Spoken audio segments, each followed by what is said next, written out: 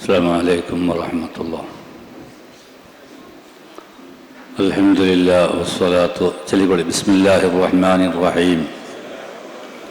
الحمد لله رب العالمين والصلاة والسلام على رسوله الكريم وعلى آله وصحبه أجمعين.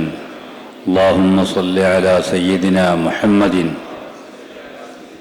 الفاتح لما أغلق والخاتم لما سبق والناصر الحق بالحق والهادي إلى صراطك المستقيم وعلى آله وصحبه حق قدره ومقداره العظيم. അഭിവന്യരായ അധ്യക്ഷർ, ഉദ്ഘാടനം ചെയ്ത മുഹമ്മദ് ഹാജി, വേദിയിലും സദസ്സിലുമുള്ള ഹാജിമാർ, ഹജ്ജുമ്മമാർ, സഹോദര സഹോദരിമാർ, ഉലമാക്കൾ, അല്ലാഹു തആല നമ്മുടെ ഒത്തുചേരൽ അവൻ്റെ പൊരുത്തത്തിലാക്കി തരുമാറാകട്ടെ. നല്ലത് പഠിക്കാനും പഠിച്ചത് അനുസരിച്ച് അമൽ ചെയ്യാനും അല്ലാഹു തൗഫീഖ് ചെയ്യുമാറാകട്ടെ. നമ്മളിൽ നിന്നും മരിച്ചു പിരിഞ്ഞുപോയ ഉമ്മവാപ്പമാർ, ഉസ്താദന്മാർ, മശായിഖന്മാർ, കൂട്ടുകുടുംബാദികൾ, ബന്ധുമിത്രാദികൾ, അവരോടൊത്ത് അല്ലാഹു നമ്മെ എല്ലാവരെയും സ്വർഗലോകത്ത് ഒരുമിച്ച് കൂട്ടിത്തരുമാറാകട്ടെ. ആമീൻ യാ റബ്ബൽ ആലമീൻ. നമ്മളെ കൂട്ടത്തിൽ ഹജ്ജിന് ഉംറക്ക് പോകാത്തവർ മാത്രം ഒന്ന് കൈവയ്ക്കാട്ടെ. ഹജ്ജിനോ ഉംറക്കോ പോകാത്തവർ, മുമ്പ് പോയിട്ടില്ലാത്തവർ, അവ 2 ആളോ 3 ആളൊക്കെ ഉള്ളൂ. ബാക്കി എല്ലാവരും ഒന്നുകിൽ ഹജ്ജിന് പോയവരാണ്, ഉംറക്ക് പോയവരാണ്. നമ്മളിവിടെ ഹജ്ജ് ഉംറ എന്നതിൻ്റെ മാഹാത്മ്യം പറയാൻ ഉദ്ദേശിച്ചിട്ടേ ഇല്ല. അതൊക്കെ നിങ്ങൾക്കറിയും. അതറിഞ്ഞുകൊണ്ട് ഞങ്ങൾ ഒരുങ്ങിയതും. അപ്പോൾ പിന്നെ കുറഞ്ഞ സമയം ഇവിടെ ഉള്ളൂ എന്ന് ഉസ്താദ് പറഞ്ഞല്ലോ. ഈ കുറഞ്ഞ സമയം കൊണ്ട് വലിയ ഒരു കർമ്മം ലളിതമായി എങ്ങനെ നമുക്കത് പഠിക്കാൻ കഴിയും എന്നതാണ് ഇപ്പോൾ നാം നോക്കുന്നത്. ഇബ്രാഹിം നബി അങ്ങനെയായിരുന്നു, ഇസ്മായിൽ നബി ഇങ്ങനെയായിരുന്നു, റസൂലുള്ളാഹി, അതൊന്നും ഇവിടെ പരാമർശിക്കുന്നില്ല അല്ലേ? അപ്പം അതുകൊണ്ട് മുമ്പ് ഹജ്ജ് ഉംറക്കൊക്കെ പോയവർ ഇത് കേൾക്കുമ്പോൾ ഇതൊക്കെ ഇപ്പോൾ നമുക്ക് അറിയണമെന്നല്ലേ എന്ന നിലക്കൊരു വിരസത ഉണ്ടാകരുത്. പുതിയ ആളുകളെ ഉദ്ദേശിച്ചുകൊണ്ടാണ് ഞാൻ പറയുന്നത് മുഴുവനും. പഴയ ആളുകൾക്ക് ഓർമ്മിക്കാനും പഠിക്കാനും പറ്റും. ആദ്യം തന്നെ ഹജ്ജ് എന്താണ് നോക്കിയട്ടെ. ഏതാ മാസം? ശവ്വാല്. ശവ്വാല് 1 മുതൽ ദുൽഹിജ്ജ 10 വരെ, എന്ന് പറഞ്ഞാൽ 10-ാം രാവ് വരേക്കുള്ള സമയമാണ് അതിൻ്റെ സമയം. ഇപ്പം ഹജ്ജിൻ്റെ സമയമാണ്. അൽ ഹജ്ജു അശ്ഹുറും മഅലൂമാത്തുൻ ഫമൻ ഫറള ഫീഹിന്നൽ ഹജ്ജ ഫലാ റഫഥ വലാ ഫുസൂഖ വലാ ജിദാല ഫിൽ ഹജ്ജി എന്ന ആയത്തിൽ അതാ പറഞ്ഞത്. അൽ ഹജ്ജു അശ്ഹുറുൻ മഅലൂമാത്ത്. പെരുന്നാളിൻ്റെ അന്ന് മുതൽ പിന്നെ ഹജ്ജാൻ തുടങ്ങി. അപ്പൊ ശവ്വാല് പറഞ്ഞട്ടെ, എൻ്റെ ഒപ്പം പറയണം. ശവ്വാൽ, ദുൽഖഅദ, ദുൽഹിജ്ജ 10 ഇതതിൻ്റെ വ്യാപ്തിയുള്ള സമയമാണ്. ഇനി ഹജ്ജ് എന്ന കർമ്മം നടക്കണത് ഞാൻ പറയാം. ദുൽഹിജ്ജ 8, 9, 10, 11, 12, 13 ഈ 6 ദിവസങ്ങളിലെ പണിക്കായി പോണത്. ഇത് പറഞ്ഞാട്ടെ.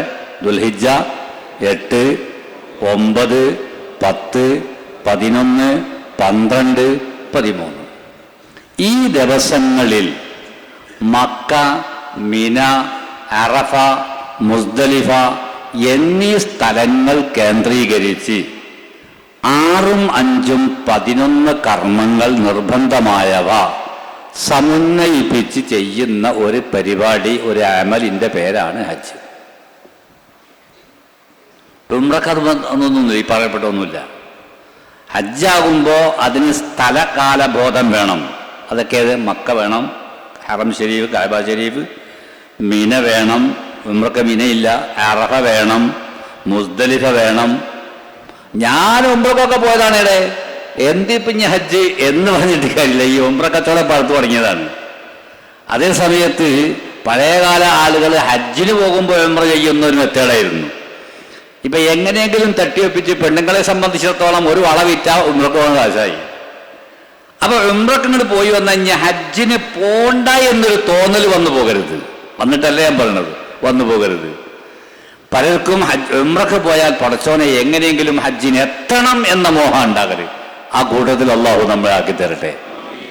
അപ്പൊ നോക്കിയാൽ നമ്മള് ദുൽഹിജ്ജ 8, 9, 10, 11, 12, 13 ഈ 6 ദിവസങ്ങളിൽ പരിശുദ്ധ കഅബ ശരീഫ് ഉൾപ്പെട്ട മക്ക, മിന, അറഫ, മുസ്ദലിഫ ഇതിനിടയിലുള്ള ഈ സ്ഥലങ്ങൾ കേന്ദ്രീകരിച്ച് 6, 5, 11 കാര്യങ്ങൾ സമുന്നയിപ്പിച്ച് ചെയ്യുന്നൊരു കർമ്മം.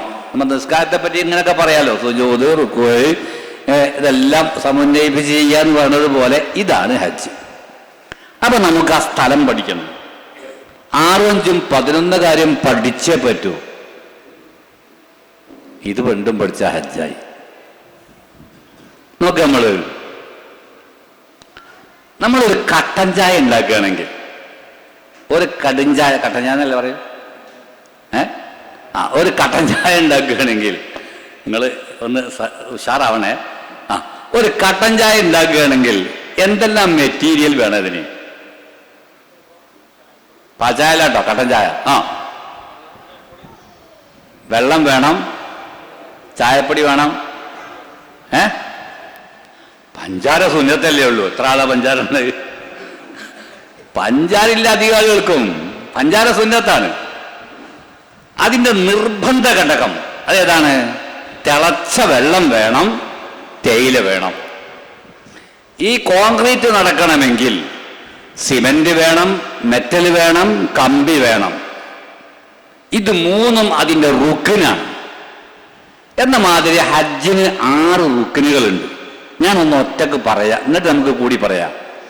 1 ഇഹ്റാം ചെയ്യുക, 2 അറഫയിൽ നിൽക്കുക, 3 ഫറലായ തവാഫ് ചെയ്യുക, 4 സഅയ് ചെയ്യുക, 5 മുടി നീക്കുക, 6 ഇവയിൽ പ്രധാനപ്പെട്ടവ ക്രമപ്രകാരം ചെയ്യുക.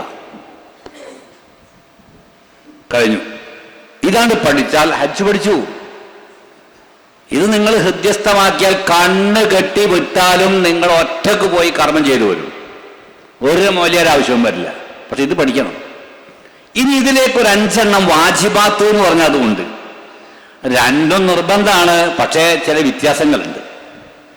ഒന്നുകൂടി പറഞ്ഞാട്ടെ. 1 ഇഹ്റാം ചെയ്യുക, 2 അറഫയിൽ നിൽക്കുക, 3 ഫറലായ തവാഫ്. അങ്ങനെ തന്നെ പറയണത്. തവാഫ് പല ജാതിയുണ്ട്. നിസ്കാരം എന്ന് പറഞ്ഞാൽ പോരാ. നിസ്കാരം സുന്നത്തുകാരുണ്ട്, ഫർള് നിസ്കാരമുണ്ട്, റവാത്തിബ് സുന്നത്തുണ്ട്, പെരുന്നാൾക്കാരുണ്ട്, മഴയത്ത് വരുന്ന നിസ്കാരമുണ്ട്. എന്നതുപോലെ തവാഫ് എന്ന് പറഞ്ഞാൽ പല ജാതിയാണ്. അതിൽ ഫറലായ തവാഫ്, പിന്നെ സഅയ് ചെയ്യുക, മുടി നീക്കുക, പിന്നെ എല്ലാനുമല്ല ഇതിൽ പ്രധാനപ്പെട്ടവ തർത്തീബ് ക്രമപ്രകാരം ചെയ്യുക.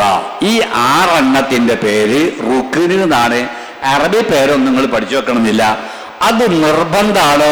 അതില്ല ഉണ്ടാവൂല ഹജ്ജ്. ചായലില്ലെങ്കിൽ പിന്നെ കട്ടൻ ചായ ഇല്ല, തിളച്ച വെള്ളം ഇല്ലെങ്കിൽ കട്ടൻ ചായ ഇല്ല, കമ്പി ഇല്ലെങ്കിൽ കോൺക്രീറ്റ് ഇല്ല. ഇതുപോലെ അതിന്റെ മുഖ്യ ഘടകം, ഒരു നിലക്കും പരിഹരിക്കാൻ കഴിയാത്ത ഘടകം. എന്നാൽ ഇനി വാജിബാത്ത് എന്ന് പറയും.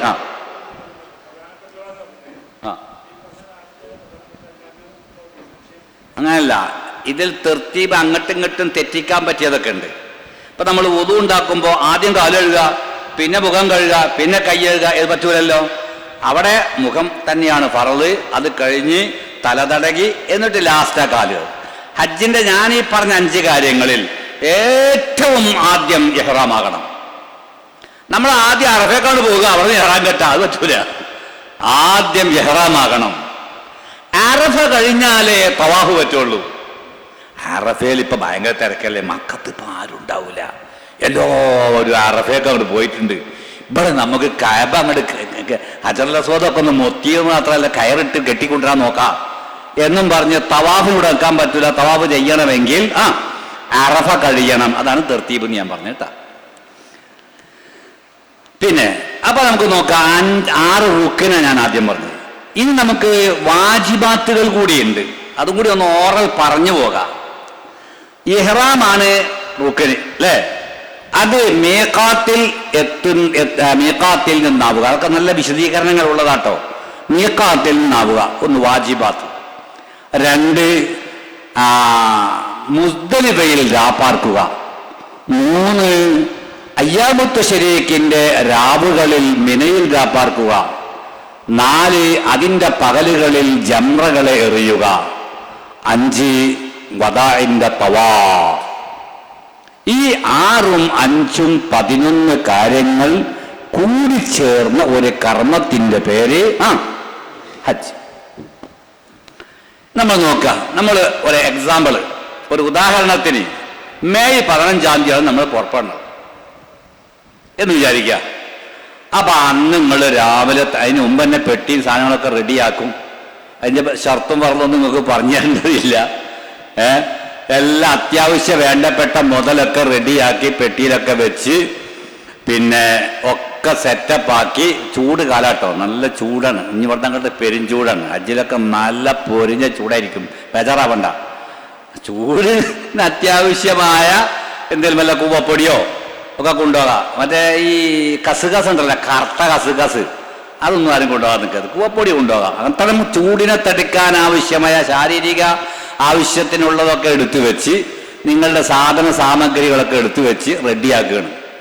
ആദ്യം പെട്ടി തയ്യാറാക്കുമ്പോൾ എന്താ നിങ്ങൾ വെക്കുക? ഒരാളോട് ചോദിക്കണല്ലോ. ആദ്യം പെട്ടിയിൽ നിങ്ങൾ എന്താ വെക്കുക? ആണിനും പെണ്ണിനൊക്കെ മറുപടി അറിയാം. പെട്ടി റെഡിയാക്കുമ്പോൾ എന്താ നിങ്ങൾ ആദ്യം എടുത്ത് വെക്കുക? ഉറുമാപ്പൊടിയാ, ഇഹ്റാം തുണിയാ? എന്താ വെക്കണ്ടേ? ഇഹ്റാം തുണി പെട്ടിയിൽ വെച്ച് ലഗേജിൽ വിട്ടാ പിന്നെ ഇഹ്റാം കെട്ടണ്ടേ?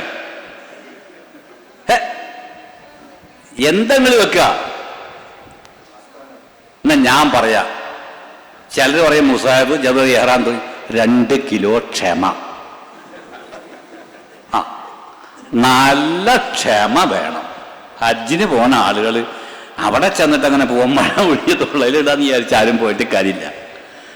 പല ജാതി പ്രതിസന്ധികളും വരുമ്പോൾ അവിടെയൊക്കെ മനസ്സ് പൊട്ടാതെ നാവടക്കി പണിയെടുക്കുമെന്ന് പണ്ട് ഇന്ദിരാഗാന്ധി പ്രഖ്യാപിച്ചതുപോലെ നാവടക്കി അമല് ചെയ്യാനുള്ള ഒരു ക്ഷമ, അതാണ് ആദ്യം ബാഗിൽ എടുത്തു വെക്കേണ്ടത്.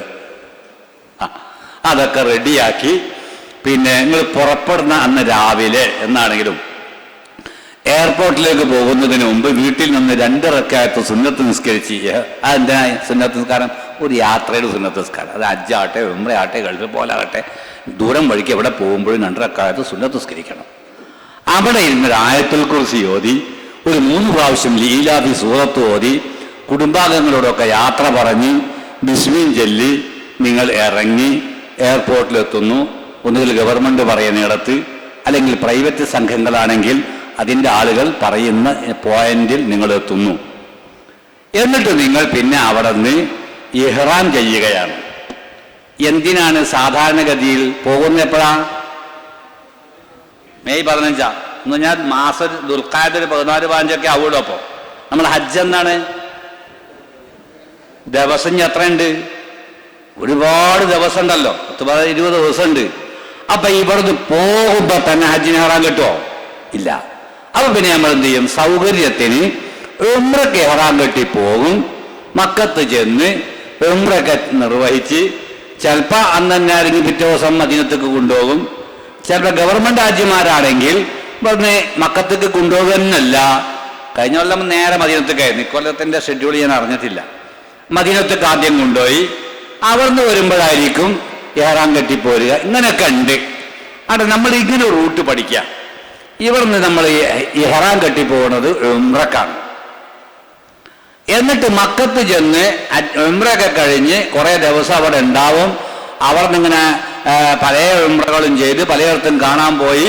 അതൊക്കെ കഴിഞ്ഞ് പിന്നെ മദീന ഷരീഫിലേക്ക് പോയി ഹബീബ് റസൂലുള്ളാഹി തങ്ങളുടെ അവിടെ ഒരു 8-10 ദിവസം അവിടെ നിന്ന് അവിടെ നിന്ന് പോരുമ്പോൾ ഹജ്ജിന് ഇഹ്റാം കെട്ടിപ്പോരുന്ന ഒരു നടപടിയാണ് പ്രൈവറ്റ് സംഘങ്ങൾ 99% ആളുകളെ കൊണ്ട്, കേരളീയരെ കൊണ്ട് ചെയ്യിപ്പിക്കുന്നത്. അങ്ങനെ നോക്കുക നമ്മൾ. ഗവൺമെന്റ് ഇതിൽ ചെറിയൊരു മാറ്റം ചിലപ്പോൾ ഉണ്ടാകുക. മക്കത്ത് എന്നതിന് ശേഷം മദീനത്തേക്ക് പോയി ചിലപ്പോൾ അവരും അങ്ങനെയായിരിക്കും, അല്ലെങ്കിൽ നേരെ ടൈം ഷെഡ്യൂൾ അനുസരിച്ച് നേരെ മദീനത്തേക്ക് കൊണ്ടുപോകും. ഇങ്ങനെയൊക്കെ ഉള്ളൂ, ഇരിക്കട്ടെ. അപ്പൊ നമ്മൾ ഇങ്ങനെ ഹജ്ജ് ചെയ്യുന്ന ഈ രൂപത്തിന് ആദ്യം ഉംറക്ക് ഇഹ്റാം കെട്ടിപ്പോയി അവിടെ ചെന്ന് പിന്നെ ഹജ്ജ് ചെയ്യുന്ന രൂപത്തിനൊരു പേരുണ്ട്. ഇതൊക്കെ അറിയാതെ എന്ന് പറഞ്ഞാട്ടെ, തമത്തു. എന്താണ് തമത്തു? നമ്മൾ ഊണ് കഴിക്കൂലേ? ചോറ് കഴിക്കാൻ ഇരിക്കുമ്പോൾ വെള്ളം എപ്പോഴാ കുടിക്കേണ്ടത്?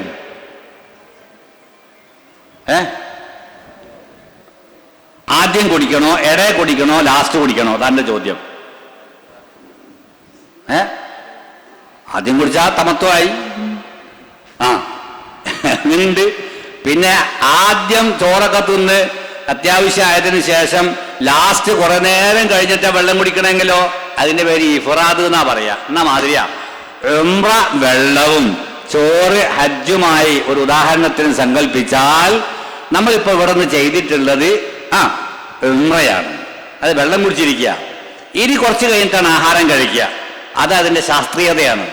ഏറ്റവും നല്ല ശാസ്ത്രീയത, ഏറ്റവും അഫ്ളലായ രൂപം ഏതാണെന്ന് അറിയാം? ഹജ്ജിന് ഇഹ്റാം കെട്ടിപ്പോവുക. അത് നമ്മളെ കൊണ്ട് കഴിയില്ല. എന്നിട്ട് അവിടെ ചെന്ന് ഹജ്ജൊക്കെ കഴിഞ്ഞിട്ട് പിന്നെ ഉംറ ചെയ്യുക. ആദ്യം വയറ് നിറച്ച് ചോറ് തിന്നുക, എന്നിട്ട് പിന്നെ കുറെ നേരം 10-20 മിനിറ്റ് കഴിഞ്ഞിട്ട് വെള്ളം കുടിക്കുക. അതാണ് ഭക്ഷണം കഴിക്കുന്നിടത്ത് ശാസ്ത്രീയമായ സെറ്റപ്പ്. അങ്ങനെയാ വേണ്ടത്. അതുപോലെ തന്നെ ഹജ്ജ് ആദ്യം ചെയ്യുകയും പിന്നെ ഉംറ ചെയ്യുകയും ചെയ്യുക എന്ന അഫ്ളലായ രൂപമാണ്. ആ രൂപമാണ് ഹബീബ് റസൂലുള്ളാഹി തങ്ങൾ നിർവഹിച്ചിട്ടുള്ളത്. അതെ, അങ്ങനെ പുറപ്പെട്ടു നമ്മൾ പരിശുദ്ധമായ മക്കയിലെത്തുന്നു. ഇനി നമുക്ക് ഹബീബ് സയ്യിദുനാ റസൂലുള്ളാഹി തങ്ങൾ ഹജ്ജ് ചെയ്ത രൂപം ഒന്നങ്ങട് ബുഖാരിന്റെ ഹദീസ് ഒന്നങ്ങട് വായിക്കാം നമുക്ക്. സയ്യിദുനാ ഹബീബുനാ റസൂലുള്ളാഹി തങ്ങൾക്ക് ഹജ്ജ് ഫറളാകുന്നത് ഹിജറ 6-നാണ്. അക്കൊല്ലം നബി പോയിട്ടില്ല. നബി മദീനത്താണ്. 7-ന് പോയിട്ടില്ല, 8-ന് പോയിട്ടില്ല, 9-ന് പോയിട്ടില്ല. 10-നാണോ ഹിജറാബ്ദം 10-നാണോ മുത്തുനബി പോകുന്നത് ഹജ്ജിന്. അതിന് മുമ്പ് സയ്യിദുനാ അബൂബക്കർ സിദ്ദീഖ് റളിയല്ലാഹു അൻഹു ഹജ്ജ് ഹിജറയുടെ 9-ാം കൊല്ലം ഹജ്ജിന് അമീറായി ആളുകളെ കൊണ്ടുപോയിട്ടുണ്ട്. 10-ാം കൊല്ലം വന്നപ്പോ ആദന റസൂലുള്ളാഹി സ്വല്ലല്ലാഹു അലൈഹി വസല്ലം മുത്തുനബി പരസ്യപ്പെടുത്തി, ഞാൻ ഇക്കൊല്ലം ഹജ്ജിന് പോകുന്നുണ്ട്, പോരുന്നവരൊക്കെ റെഡിയായിക്കോളൂ. 1,00,000 ചില്ലാനം ഹാജിമാര് സ്വഹാബത്തെ കിറാം റെഡിയായി പോകാൻ. അങ്ങനെയാണ് നാട്ടിലത്തെ ഉസ്താദ് പോകുന്ന കേട്ടാൽ ആ ഉസ്താദിന്റെ കൂടെ ഞാനും പോകാം എന്നൊരു താല്പര്യം ഉണ്ടാകലുണ്ടല്ലോ. ഈ രൂപത്തിൽ അള്ളാഹുവിന്റെ റസൂല് ഹജ്ജിന് പോകുന്നു എന്ന് കേട്ടപ്പോ 1,00,000-ലധികം സ്വഹാബികൾ തയ്യാറായി. 1,14,000 സ്വഹാബിമാര്. എന്നിട്ട് നോക്കണം, ഹിജറാബ്ദം 10, ദുൽഖഅദ 24, ഞായറാഴ്ച വ്യാഴാഴ്ച ളുഹ്ർ നിസ്കാരം കഴിഞ്ഞ് അള്ളാഹുവിന്റെ റസൂല് മദീനത്ത് നിന്ന് പുറപ്പെടുകയാണ്. എന്നാ ഹിജറാബ്ദം 10, ദുൽഖഅദ 24, വ്യാഴാഴ്ച ളുഹ്ർ നിസ്കാരം കഴിഞ്ഞ് റസൂലുള്ളാഹിയും സ്വഹാബത്തും പുറപ്പെട്ടു. കുറച്ചങ്ങോട്ട് എത്തിയപ്പോൾ അബിയാർ അലി എന്ന് പഴയ പേരും ദുൽഹുലൈബ എന്ന് പുതിയ പേരുമുള്ള സ്ഥലത്തെത്തിയപ്പോ കുറെ ആളുകൾ ഹജ്ജിന് ഇഹ്റാം കെട്ടി, കുറെ ആളുകൾ ഉംറക്ക് ഇഹ്റാം കെട്ടി, കുറെ ആളുകൾ ഹജ്ജിനും ഉംറക്കും ഒരുമിച്ച് ഇഹ്റാം കെട്ടി. ഈ 3 രൂപത്തിലും ഉള്ളത് കൊണ്ടാണ് നമ്മൾ ഇവിടുന്ന് പോകുമ്പോൾ എന്ത് ചെയ്യുന്നത്? നമ്മളെ സമയം നോക്കി ഷെഡ്യൂൾ അനുസരിച്ച് ആദ്യം ഉംറക്ക് ഇഹ്റാം കെട്ടി പിന്നെ ഹജ്ജിന് ഇഹ്റാം ചെയ്യുന്നത്. അള്ളാഹുവിന്റെ റസൂല് പോയത്, അത് പല അഭിപ്രായങ്ങളും അതിലുണ്ടെങ്കിലും ഇമാം നബവി തങ്ങളൊക്കെ മുഅ്തമറാക്കിയത് റസൂലുള്ളാഹി ഹജ്ജിനാണ് ഇഹ്റാം കെട്ടിയത്. എന്നിട്ട് യാത്ര ചെയ്യുക മക്കത്തേക്ക് 10 ദിവസം. എത്ര ദിവസം? നടന്നാ പോണത്. കുറഞ്ഞ ആളുകൾക്ക് വാഹനമുണ്ട്. 10 ദിവസം യാത്ര ചെയ്ത് പരിശുദ്ധ മക്കത്തെത്തി. അവിടെ എത്തുമ്പോൾ അന്ന് ദുൽഹിജ്ജ 4 ഞായറാഴ്ച ളുഹുറിനാണ് മക്കത്തെത്തിയത്. 10 ദിവസത്തെ യാത്രയാണ്. ഇന്നിപ്പോൾ ഇവിടുന്ന് കരിപ്പൂരിന്ന് വിമാനത്തിനോട് കയറിയിരുന്ന് ജിദ്ദയിൽ അങ്ങോട്ട് ഇറങ്ങിയിട്ട് നമ്മൾ ഉമ്മമാര് പർദ്ദന്റെ പോക്കറ്റിൽ കൈയിട്ട് മൊബൈൽ എടുത്തിട്ട് കുട്ടികളെ ഞാനിവിടെ എത്തിക്കുന്നിട്ടാ ഫോൺ ചെയ്തു. കഴിഞ്ഞ പണി അത്രയേ ഉള്ളൂ. 5.5 മണിക്കൂറേ യാത്രയേ ഉള്ളൂ. ഹബീബ് സയ്യിദുനാ റസൂലുള്ളാഹി തങ്ങളുടെ യാത്ര 10 ദിവസം. പൂർണ്ണ ഗർഭിണികൾ ആ കൂട്ടത്തിലുണ്ട്, പ്രായമുള്ള ആളുകൾ ആ കൂട്ടത്തിലുണ്ട്. എല്ലാവരും നടക്കുക തന്നെയാണ്. നടന്ന് ദുൽഹിജ്ജ 4 ഞായറാഴ്ച ളുഹുറിന് മക്കത്തെത്തി. ഇനി ഇവർ നിന്നിട്ട് അള്ളാന്റെ റസൂലിന്റെ ഹജ്ജിന്റെ ക്രമങ്ങളാണ് ഫുഖഹാക്കന്മാർ ഇമാം ശാഫിഈ റളിയല്ലാഹു അൻഹു ആ സുഹാബൊക്കെ നോക്കിയിട്ട് രേഖപ്പെടുത്തി വെച്ചിട്ടുള്ളത്. അപ്പൊ നമ്മൾ അങ്ങനെ ഇറങ്ങി. എവിടെ എത്തി? എയർപോർട്ടിലെത്തി. അവിടെ നിന്ന് എന്ത് ചെയ്തു? ഇഹ്റാം കെട്ടി. എന്തിന്? ഉംറക്ക്. അങ്ങനെ വിമാനം അങ്ങോട്ട് പറന്നു പോയി. പിന്നെ നമ്മൾ എത്തുന്നത് എവിടെ? ജിദ്ദയിലെത്തി. അവിടെ നിന്ന് വേഗം നമ്മൾ മക്കത്തെത്തുകയാണ്. ഇപ്പൊ ഇഹ്റാം കെട്ടിയാല് നമ്മൾ നേരത്തെ ഹജ്ജിന്റെ റുക്നും പറഞ്ഞും പഠിച്ചിരിക്കണം. അതിലേറെ പ്രാധാന്യത്തോടെ പഠിച്ചിരിക്കേണ്ടതും ശ്രദ്ധിക്കേണ്ടതുമായ ഒരു 5-6 കാര്യങ്ങൾ കൂടിയുണ്ട്. അതുകൂടി ഒന്നും കേൾക്കാം. നമ്മൾ ഇഹ്റാം കെട്ടിയാലോ, ഇഹ്റാം കെട്ടിക്കഴിഞ്ഞാൽ പിന്നെ ആ ആൾക്ക് കുറെ കാര്യം ഹറാമായി. നിസ്കാരത്തിൽ തക്ബീറത്ത് ഇഹ്റാം കെട്ടി, പിന്നെ എന്ത് പറ്റൂല? പോക്കറ്റിൽ നിന്ന് കടലൊക്കെ എടുത്ത് തിന്നാൻ പറ്റൂല. പോക്കറ്റിൽ കടലൊക്കെ സാൻഡ്വിച്ചൊക്കെ പോക്കറ്റിൽ വെച്ചിട്ട് എടുത്ത് നിൽക്കാൻ കെട്ടി. എല്ലാവരും സുജൂദ് പോയപ്പോൾ മൂപ്പർ സാൻഡ്വിച്ച് കഴിച്ച്. നിസ്കാരാവോ? നിസ്കാരാവൂല. സംഗതി തീറ്റ ഹലാലല്ലേ? ഹലാലാണ്. പക്ഷെ ഇപ്പൊ ഹറാമായി. എന്നതുപോലെ നമ്മൾ ഹജ്ജിന് അല്ലെങ്കിൽ ഉംറക്ക് ഇഹ്റാം കെട്ടിയാൽ ചില കാര്യങ്ങൾ ഹറാമാണ്. അതിന്റെ പേര് ഇഹ്റാമിൽ ഹറാമാകുന്ന കാര്യങ്ങൾ എന്നാണ്. അത് പഠിച്ച് ശ്രദ്ധിച്ചില്ലെങ്കിൽ ഈ എടുക്കണ പണിയോണ്ട് ഒരു കാര്യമില്ല. ഹബീബ് റസൂലുള്ളാഹി തങ്ങൾ പഠിപ്പിച്ചു, മൻ ഒരാള് ഹജ്ജിന് ഇഹ്റാം കെട്ടി അല്ലെങ്കിൽ ഉംറക്ക് ഇഹ്റാം കെട്ടി, എന്നിട്ട് മൻ ഹജ്ജ ഒരാൾ ഹജ്ജിന് ഇഹ്റാം കെട്ടി, എന്നിട്ടോ അത് മുതൽ അയാള് ഒരു ഹറാമിട്ട് ചെയ്തില്ല, ഹറാമല്ലെങ്കിലും മോശമായതൊന്നും ചെയ്തില്ല എങ്കിൽ ഖറജ മിൻ ദുനൂബിഹി കയൗമ വലദത്തുഹു ഉമ്മുഹു, തന്റെ ഉമ്മ തന്നെ പ്രസവിച്ച ദിവസം എത്ര പരമ പരിശുദ്ധിയാണോ അതുപോലെയാകും. ഫലം യർഫുസ് വലം യഫ്സുഖ്. അതിന് പറഞ്ഞ അതാ. ഇഹ്റാം കെട്ടിയത് മുതൽ ലം യർഫുസ്, ഹറാമൊന്നും ചെയ്തില്ല, വലം യഫ്സുഖ്, ഫിസ്കായ ഒന്നും ചെയ്തില്ല. അങ്ങനെ ഇരിക്കണം. അതിനെന്ത് വേണമെന്നറിയോ? ഇഹ്റാം കെട്ടിയാൽ പിന്നെ നമ്മൾ ആണുങ്ങൾക്ക് പെണ്ണുങ്ങൾക്ക് വസ്ത്രത്തിൽ ചില നിബന്ധനകൾ വന്നു. അതെന്താ? ആണിന് തല മറക്കാൻ പറ്റൂല, ചുറ്റിത്തുന്നപ്പെട്ട വസ്ത്രങ്ങളൊന്നും പറ്റൂല. നിങ്ങൾക്ക് സംശയം ഇടക്കിടക്കന്നെ ചോദിച്ചു പോയിക്കോളിട്ടാ. എന്നാ ലാസ്റ്റ് വെച്ച നിങ്ങൾ മറന്നു പോകും, എനിക്ക് സമയമാകുമ്പോൾ ഞാൻ പോവുകയും ചെയ്യും. അപ്പോ ചുറ്റിത്തുന്നപ്പെട്ട നമ്മളെ ശരീരത്തിന്റെ അവയവത്തിനോ ശരീരത്തിനോ അനുസരിച്ച് ചുറ്റിത്തുന്നപ്പെട്ട വസ്ത്രങ്ങൾ പറ്റൂല ഇഹ്റാം കെട്ടിയ. പിന്നെ എന്താ പറ്റുക? ഒരു തുണി ഉടുക്കാനും ഒരു തുണി മേൽക്കൂടെ പുതക്കാനും ഇതേ പറ്റുള്ളൂ. തല മൂടാൻ പറ്റൂല. ഈ മേൽക്കൂടെ ഇട്ട മുണ്ട് അത് ഉടുത്ത തുണിന്റെ ഉള്ളിലേക്ക് തിരികെ വെക്കാൻ പറ്റൂല. അത് രണ്ടും പാടെ ബട്ടൺസ് ഇടാൻ പറ്റൂല. അതും ഇതും പാടെ പിന്ന് ഓർക്കാൻ പറ്റൂല, സിബ് വെക്കാൻ പറ്റൂല. അത് ഓപ്പൺ ആയിട്ട് ഇടാൻ മാത്രമേ പാടുള്ളൂ.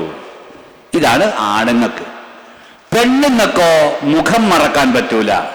കയ്യുറ എന്നതൊരു വസ്ത്രമാണ്, അത് പറ്റൂല. നിങ്ങളാരും അഡ്വക്കറ്റുമാരൊന്നുമല്ല, ജഡ്ജിമാരുമല്ല, സാധാരണ മനുഷ്യന്മാരാണ് നമ്മളെല്ലാവരും. ഏതൊരു സാധാരണക്കാരനും തിരിയും ഇഹ്റാം കെട്ടിയാൽ പിന്നെ മുഖം മറക്കാൻ പറ്റൂല എന്ന് പറഞ്ഞാൽ അതിന്റെ അർത്ഥം എന്താ? ഇഹ്റാമല്ലാത്തപ്പോൾ മുഖം മറക്കണമെന്ന് വേറെ അതിന്റെ അപ്പുറത്ത് പോലെ പഠിക്കാനുണ്ടാ? ഇതാണ് പെണ്ണുങ്ങളുടെ വേഷം. ഒന്ന്. രണ്ടാമതായി സ്ത്രീകൾ നിങ്ങൾ കൊണ്ടുപോകുമ്പോൾ ഹജ്ജിന് കൊണ്ടുപോകണ പെണ്ണുങ്ങൾക്കുണ്ടെങ്കിൽ അവർക്ക് എന്താന്ന് പറഞ്ഞാൽ ഒരു 6 ജോഡി 7 ജോഡി സോക്സ് വാങ്ങിക്കൊടുക്കണം. 1 2 പോരാ. കുറേ എണ്ണെങ്കിലും വേണം. സോക്സ് എന്ന് പറഞ്ഞാൽ ആ സാധനം കാലുമിട്ട് കാല് വേർത്താൻ നാറ്റടിക്കും. അപ്പോൾ ഒരു സോക്സ് കാലുമിട്ടൊന്ന് പോയി തവാപം ചെയ്ത് വരുമ്പോഴത്തേനും അതും കഴിഞ്ഞു. അപ്പം എടുത്ത് ഇടാനാകണം. അത് ഏറ്റവും മുന്തിയ വിലപിടിപ്പുള്ളത് വാങ്ങണം. കുഞ്ഞുമക്കൾക്ക് വസ്ത്രം വാങ്ങുമ്പോഴും വലിയവർക്ക് അടിവസ്ത്രമോ അല്ലെങ്കിൽ അങ്ങനെയുള്ള വസ്ത്രങ്ങൾ വാങ്ങുമ്പോഴും വില കുറഞ്ഞത് വാങ്ങരുത്. അത് ചീപ്പായിരിക്കും. അതുകൊണ്ട് ചൊറിച്ചിലും പലജാതി രോഗങ്ങളും വരും. ഏറ്റവും വിലപിടിപ്പുള്ള നല്ല മുന്തിയ സാധനം. വില മാത്രം നോക്കിയാൽ പോരാ, ക്വാളിറ്റി നോക്കണം. ഇരിക്കട്ടെ. അപ്പോൾ പെണ്ണുങ്ങളെ സംബന്ധിച്ചിടത്തോളം കാലുമ്മൽ സോക്സ് ഉണ്ട്, അവർക്ക് അവരുടേതായ പർദ്ദയുണ്ട്. ഇഹ്റാം ചെയ്തത് മുതൽ പിന്നെ വിമാനത്തിലോ അവിടെ എത്തിയിട്ട് ഉംറ അല്ലെങ്കിൽ ഹജ്ജ് കഴിയുന്നത് വരെ മുഖം മറക്കാൻ പാടില്ല. പിന്നെ കയ്യുറ എന്നത് അവരുടെ വസ്ത്രമാണ്, അത് പറ്റൂല. കയ്യുമൊരു മുറിവുണ്ടായി, അപ്പൊ ബാൻഡേജ് ചെയ്തിട്ടുണ്ട്, അത് കുഴപ്പമില്ല. ഇരിക്കട്ടെ. അതായത് പിന്നെ ഇങ്ങനെ മുഖം മറക്കാൻ പാടില്ല എന്ന് പറഞ്ഞാൽ നമ്മളെ സ്ത്രീകളൊക്കെ മുഖം മറച്ച് ശീലിച്ചോരാ. ഇപ്പം നിങ്ങളൊന്ന് പോയി നോക്കേണ്ടി, ഒരൊറ്റ ഒന്നിനെ മുഖം തുറന്നിട്ടുണ്ടാവില്ല. അതപ്പം എല്ലാവരും അങ്ങനെ ശീലിച്ചവരായതുകൊണ്ട് പിന്നെ അവർക്ക് ഈ ഇഹ്റാമില് തവാബൊക്കെ ചെയ്യുമ്പോൾ ആണുങ്ങളുടെ ഇടയിൽ കൂടെ നടക്കുമ്പോൾ വല്ലാത്തൊരു പ്രയാസമായിരിക്കും. അങ്ങനെ പ്രയാസം ഒരു പെൺപറന്നോക്ക് ഉണ്ടെങ്കിൽ, ഇങ്ങനെ നമ്മൾ ആണുങ്ങളൊക്കെ ഉണ്ടല്ലോ നെറ്റിയിലേക്ക് വെയിലടിക്കാതിരിക്കാൻ വെക്കണ ഈ തൊപ്പി, ആ തൊപ്പി തലയിൽ വെച്ചിട്ട് അതുമ്മ കൂടെ ഈ നമ്മൾ കാബ് താത്തിയിടാൻ, മുഖത്ത് തട്ടരുത് എന്നാണ് പറഞ്ഞതിൻ്റെ അർത്ഥം. അപ്പൊ വസ്ത്രം ആയി. രണ്ടാമത്തത്, സമയപരിധിയാണ് എന്നെ വെപ്രാളപ്പെടുത്തുന്നത്. രണ്ടാമത്തത് പിന്നെ സുഗന്ധദ്രവ്യങ്ങളൊന്നും പറ്റൂല. ഇഹ്റാം കെട്ടിയാൽ പിന്നെ ഇഹ്റാമിൽ നിന്ന് വിരമിക്കുന്നത് വരെ സുഗന്ധദ്രവ്യങ്ങൾ ഒന്നും പറ്റൂല. വിമാനത്തിൽ കയറിയിട്ട് ചിലപ്പോൾ വല്ല ചാപ്പാടുള്ള ഫ്ലൈറ്റ് ആണെങ്കിൽ, ഭക്ഷണമുള്ള ഫ്ലൈറ്റ് ആണെങ്കിൽ ഭക്ഷണം കഴിച്ചാൽ കൈ തുടക്കാൻ തരുന്ന കർച്ചീഫ് ഉണ്ടെങ്കിൽ, അതിൽ അത്തറുണ്ടെങ്കിൽ അത് ഉപയോഗിക്കാൻ പാടില്ല.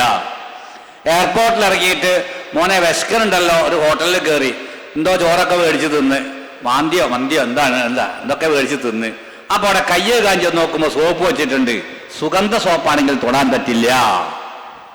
ഇങ്ങനെ നമ്മൾ പോണ വഴിക്ക് ജിദ്ദയിൽ മക്കൾ കാത്തു നിന്നിരുന്നു.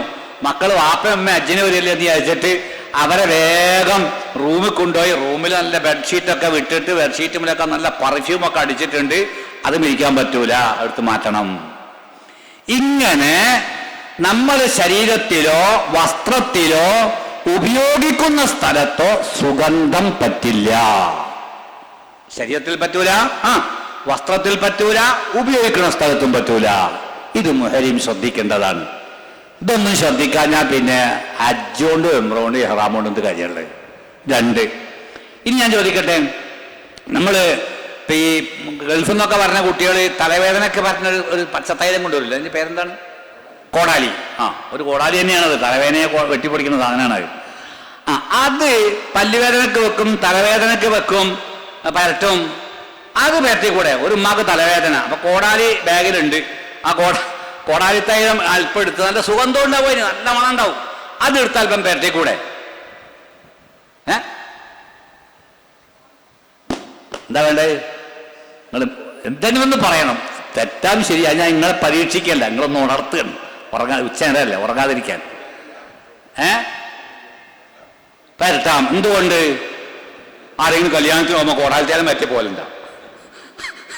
ആരും കല്യാണത്തിന് പോകുമ്പോൾ ആരും കോടാലിത്തേലം പറ്റൂല, മരുന്നല്ലേ. അപ്പൊ മരുന്നായി ഉപയോഗിക്കുന്നതിൽ, ഭക്ഷണമായി ഉപയോഗിക്കുന്നതിൽ സുഗന്ധമുണ്ടെങ്കിൽ ഒരു കുഴപ്പമില്ല. അപ്പൊ നമ്മൾ ആഹാരം കഴിക്കുമ്പോൾ, ഭക്ഷണം കഴിക്കുമ്പോൾ അതിൽ ഏലക്കായ, കറയാമ്പട്ട, ഇങ്ങനെയുള്ള വല്ല സാധനങ്ങളൊക്കെ ഉണ്ടെങ്കിൽ അതൊക്കെ സുഗന്ധവ്യഞ്ജനങ്ങളാണ്.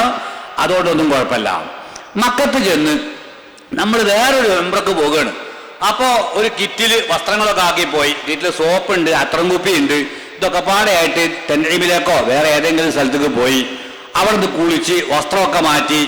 അപ്പൊ കുളിയൊക്കെ കഴിഞ്ഞപ്പോൾ അത്തരം കുപ്പി തുറന്ന് കുറച്ച് അത്തരം എടുത്ത് മേത്തൊക്കെ പുരട്ടി. അതൊക്കെ സുന്നത്താണ്. അതൊക്കെ ചെയ്ത് അങ്ങനെ അയാൾ തിരിച്ചു വരുമ്പോ ഇതിൽ അത്തരം കുപ്പിയുണ്ട്, സോപ്പുണ്ട്, ഇത് പറ്റുമോ? പറ്റും. അത്തരം കുപ്പിക്ക് കോർക്കിട്ടാ മതി, കാർക്കിട്ട് അടച്ചാൽ മതി, തുറന്നു വെക്കാഞ്ഞാൽ മതി. നമ്മൾ മക്കത്തോ മറ്റോ എത്തിയപ്പോ ഒരു അത്രയൊക്കെ വിൽക്കണ കടയിൽ കയറി. കടയിൽ കയറുക, അത്ര കടയിൽ കയറി കഴിഞ്ഞാൽ പിന്നെ എന്താ നടത്തണത്? എല്ലാവരും കൈ നീട്ടി കൊടുക്കും. അയാൾ ഇങ്ങനെ സാമ്പിൾ പരത്തി തരും. ഇത് മുഹരിമ് ചെയ്യാൻ പാടില്ല. ഒന്നും കൂടി പറയാം. പരിശുദ്ധ കഅബ ശരീഫിന്മേൽ എല്ലാ നിസ്കാര സമയത്തും അറബികള് നല്ല അത്ര തേക്കും. നമ്മൾ തേച്ചാൽ വേഗം ജയിലിൽ പോകും.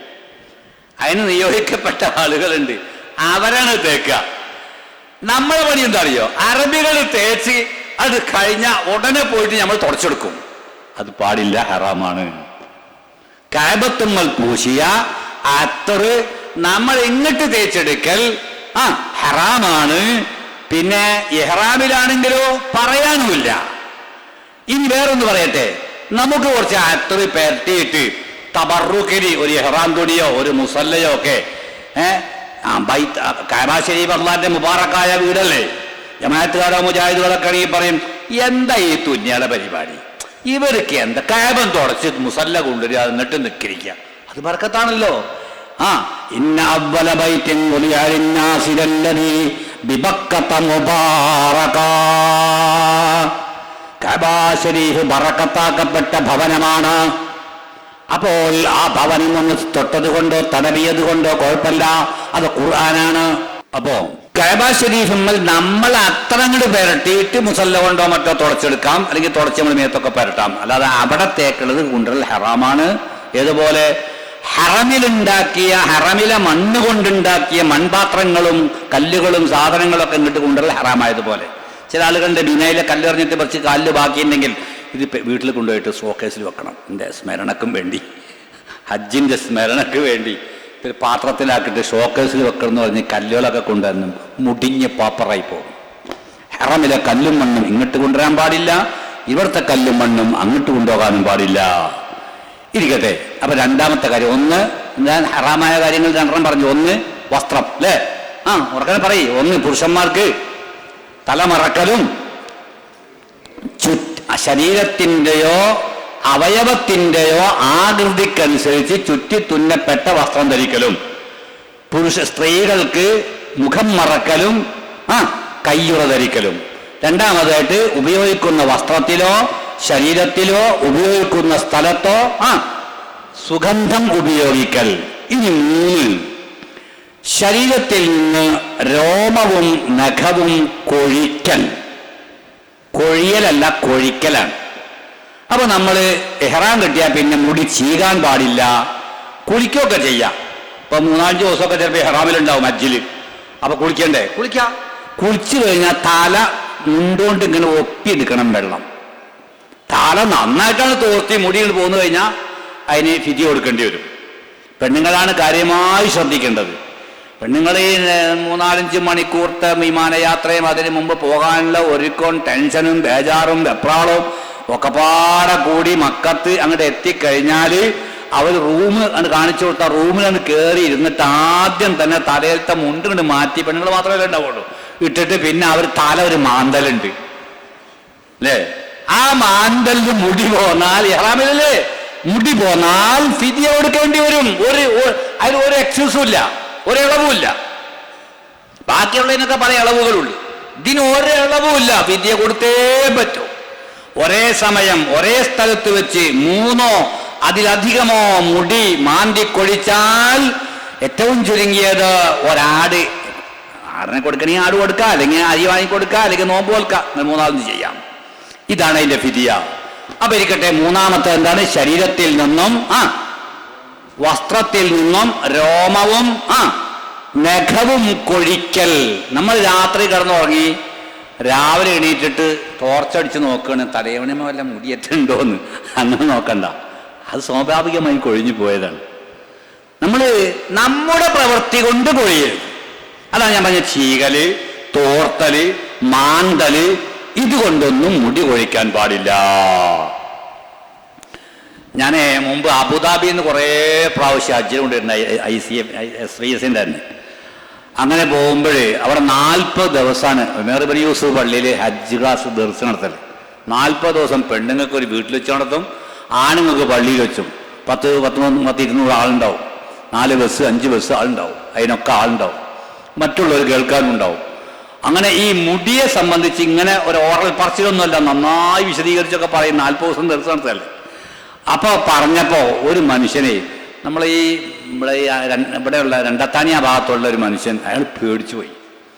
അയാൾ യാത്ര പോകുന്നതിൻ്റെ തലേ ദിവസം ശരീരം മൊത്തം അങ്ങോട്ട് പഠിച്ച്, തല പഠിച്ച്, മീശ പഠിച്ച്, താടി പഠിച്ച്, തൊക്ക് പഠിച്ച്, പിന്നെ അള്ള പഠിച്ചത് മുഴുവൻ പഠിച്ച്.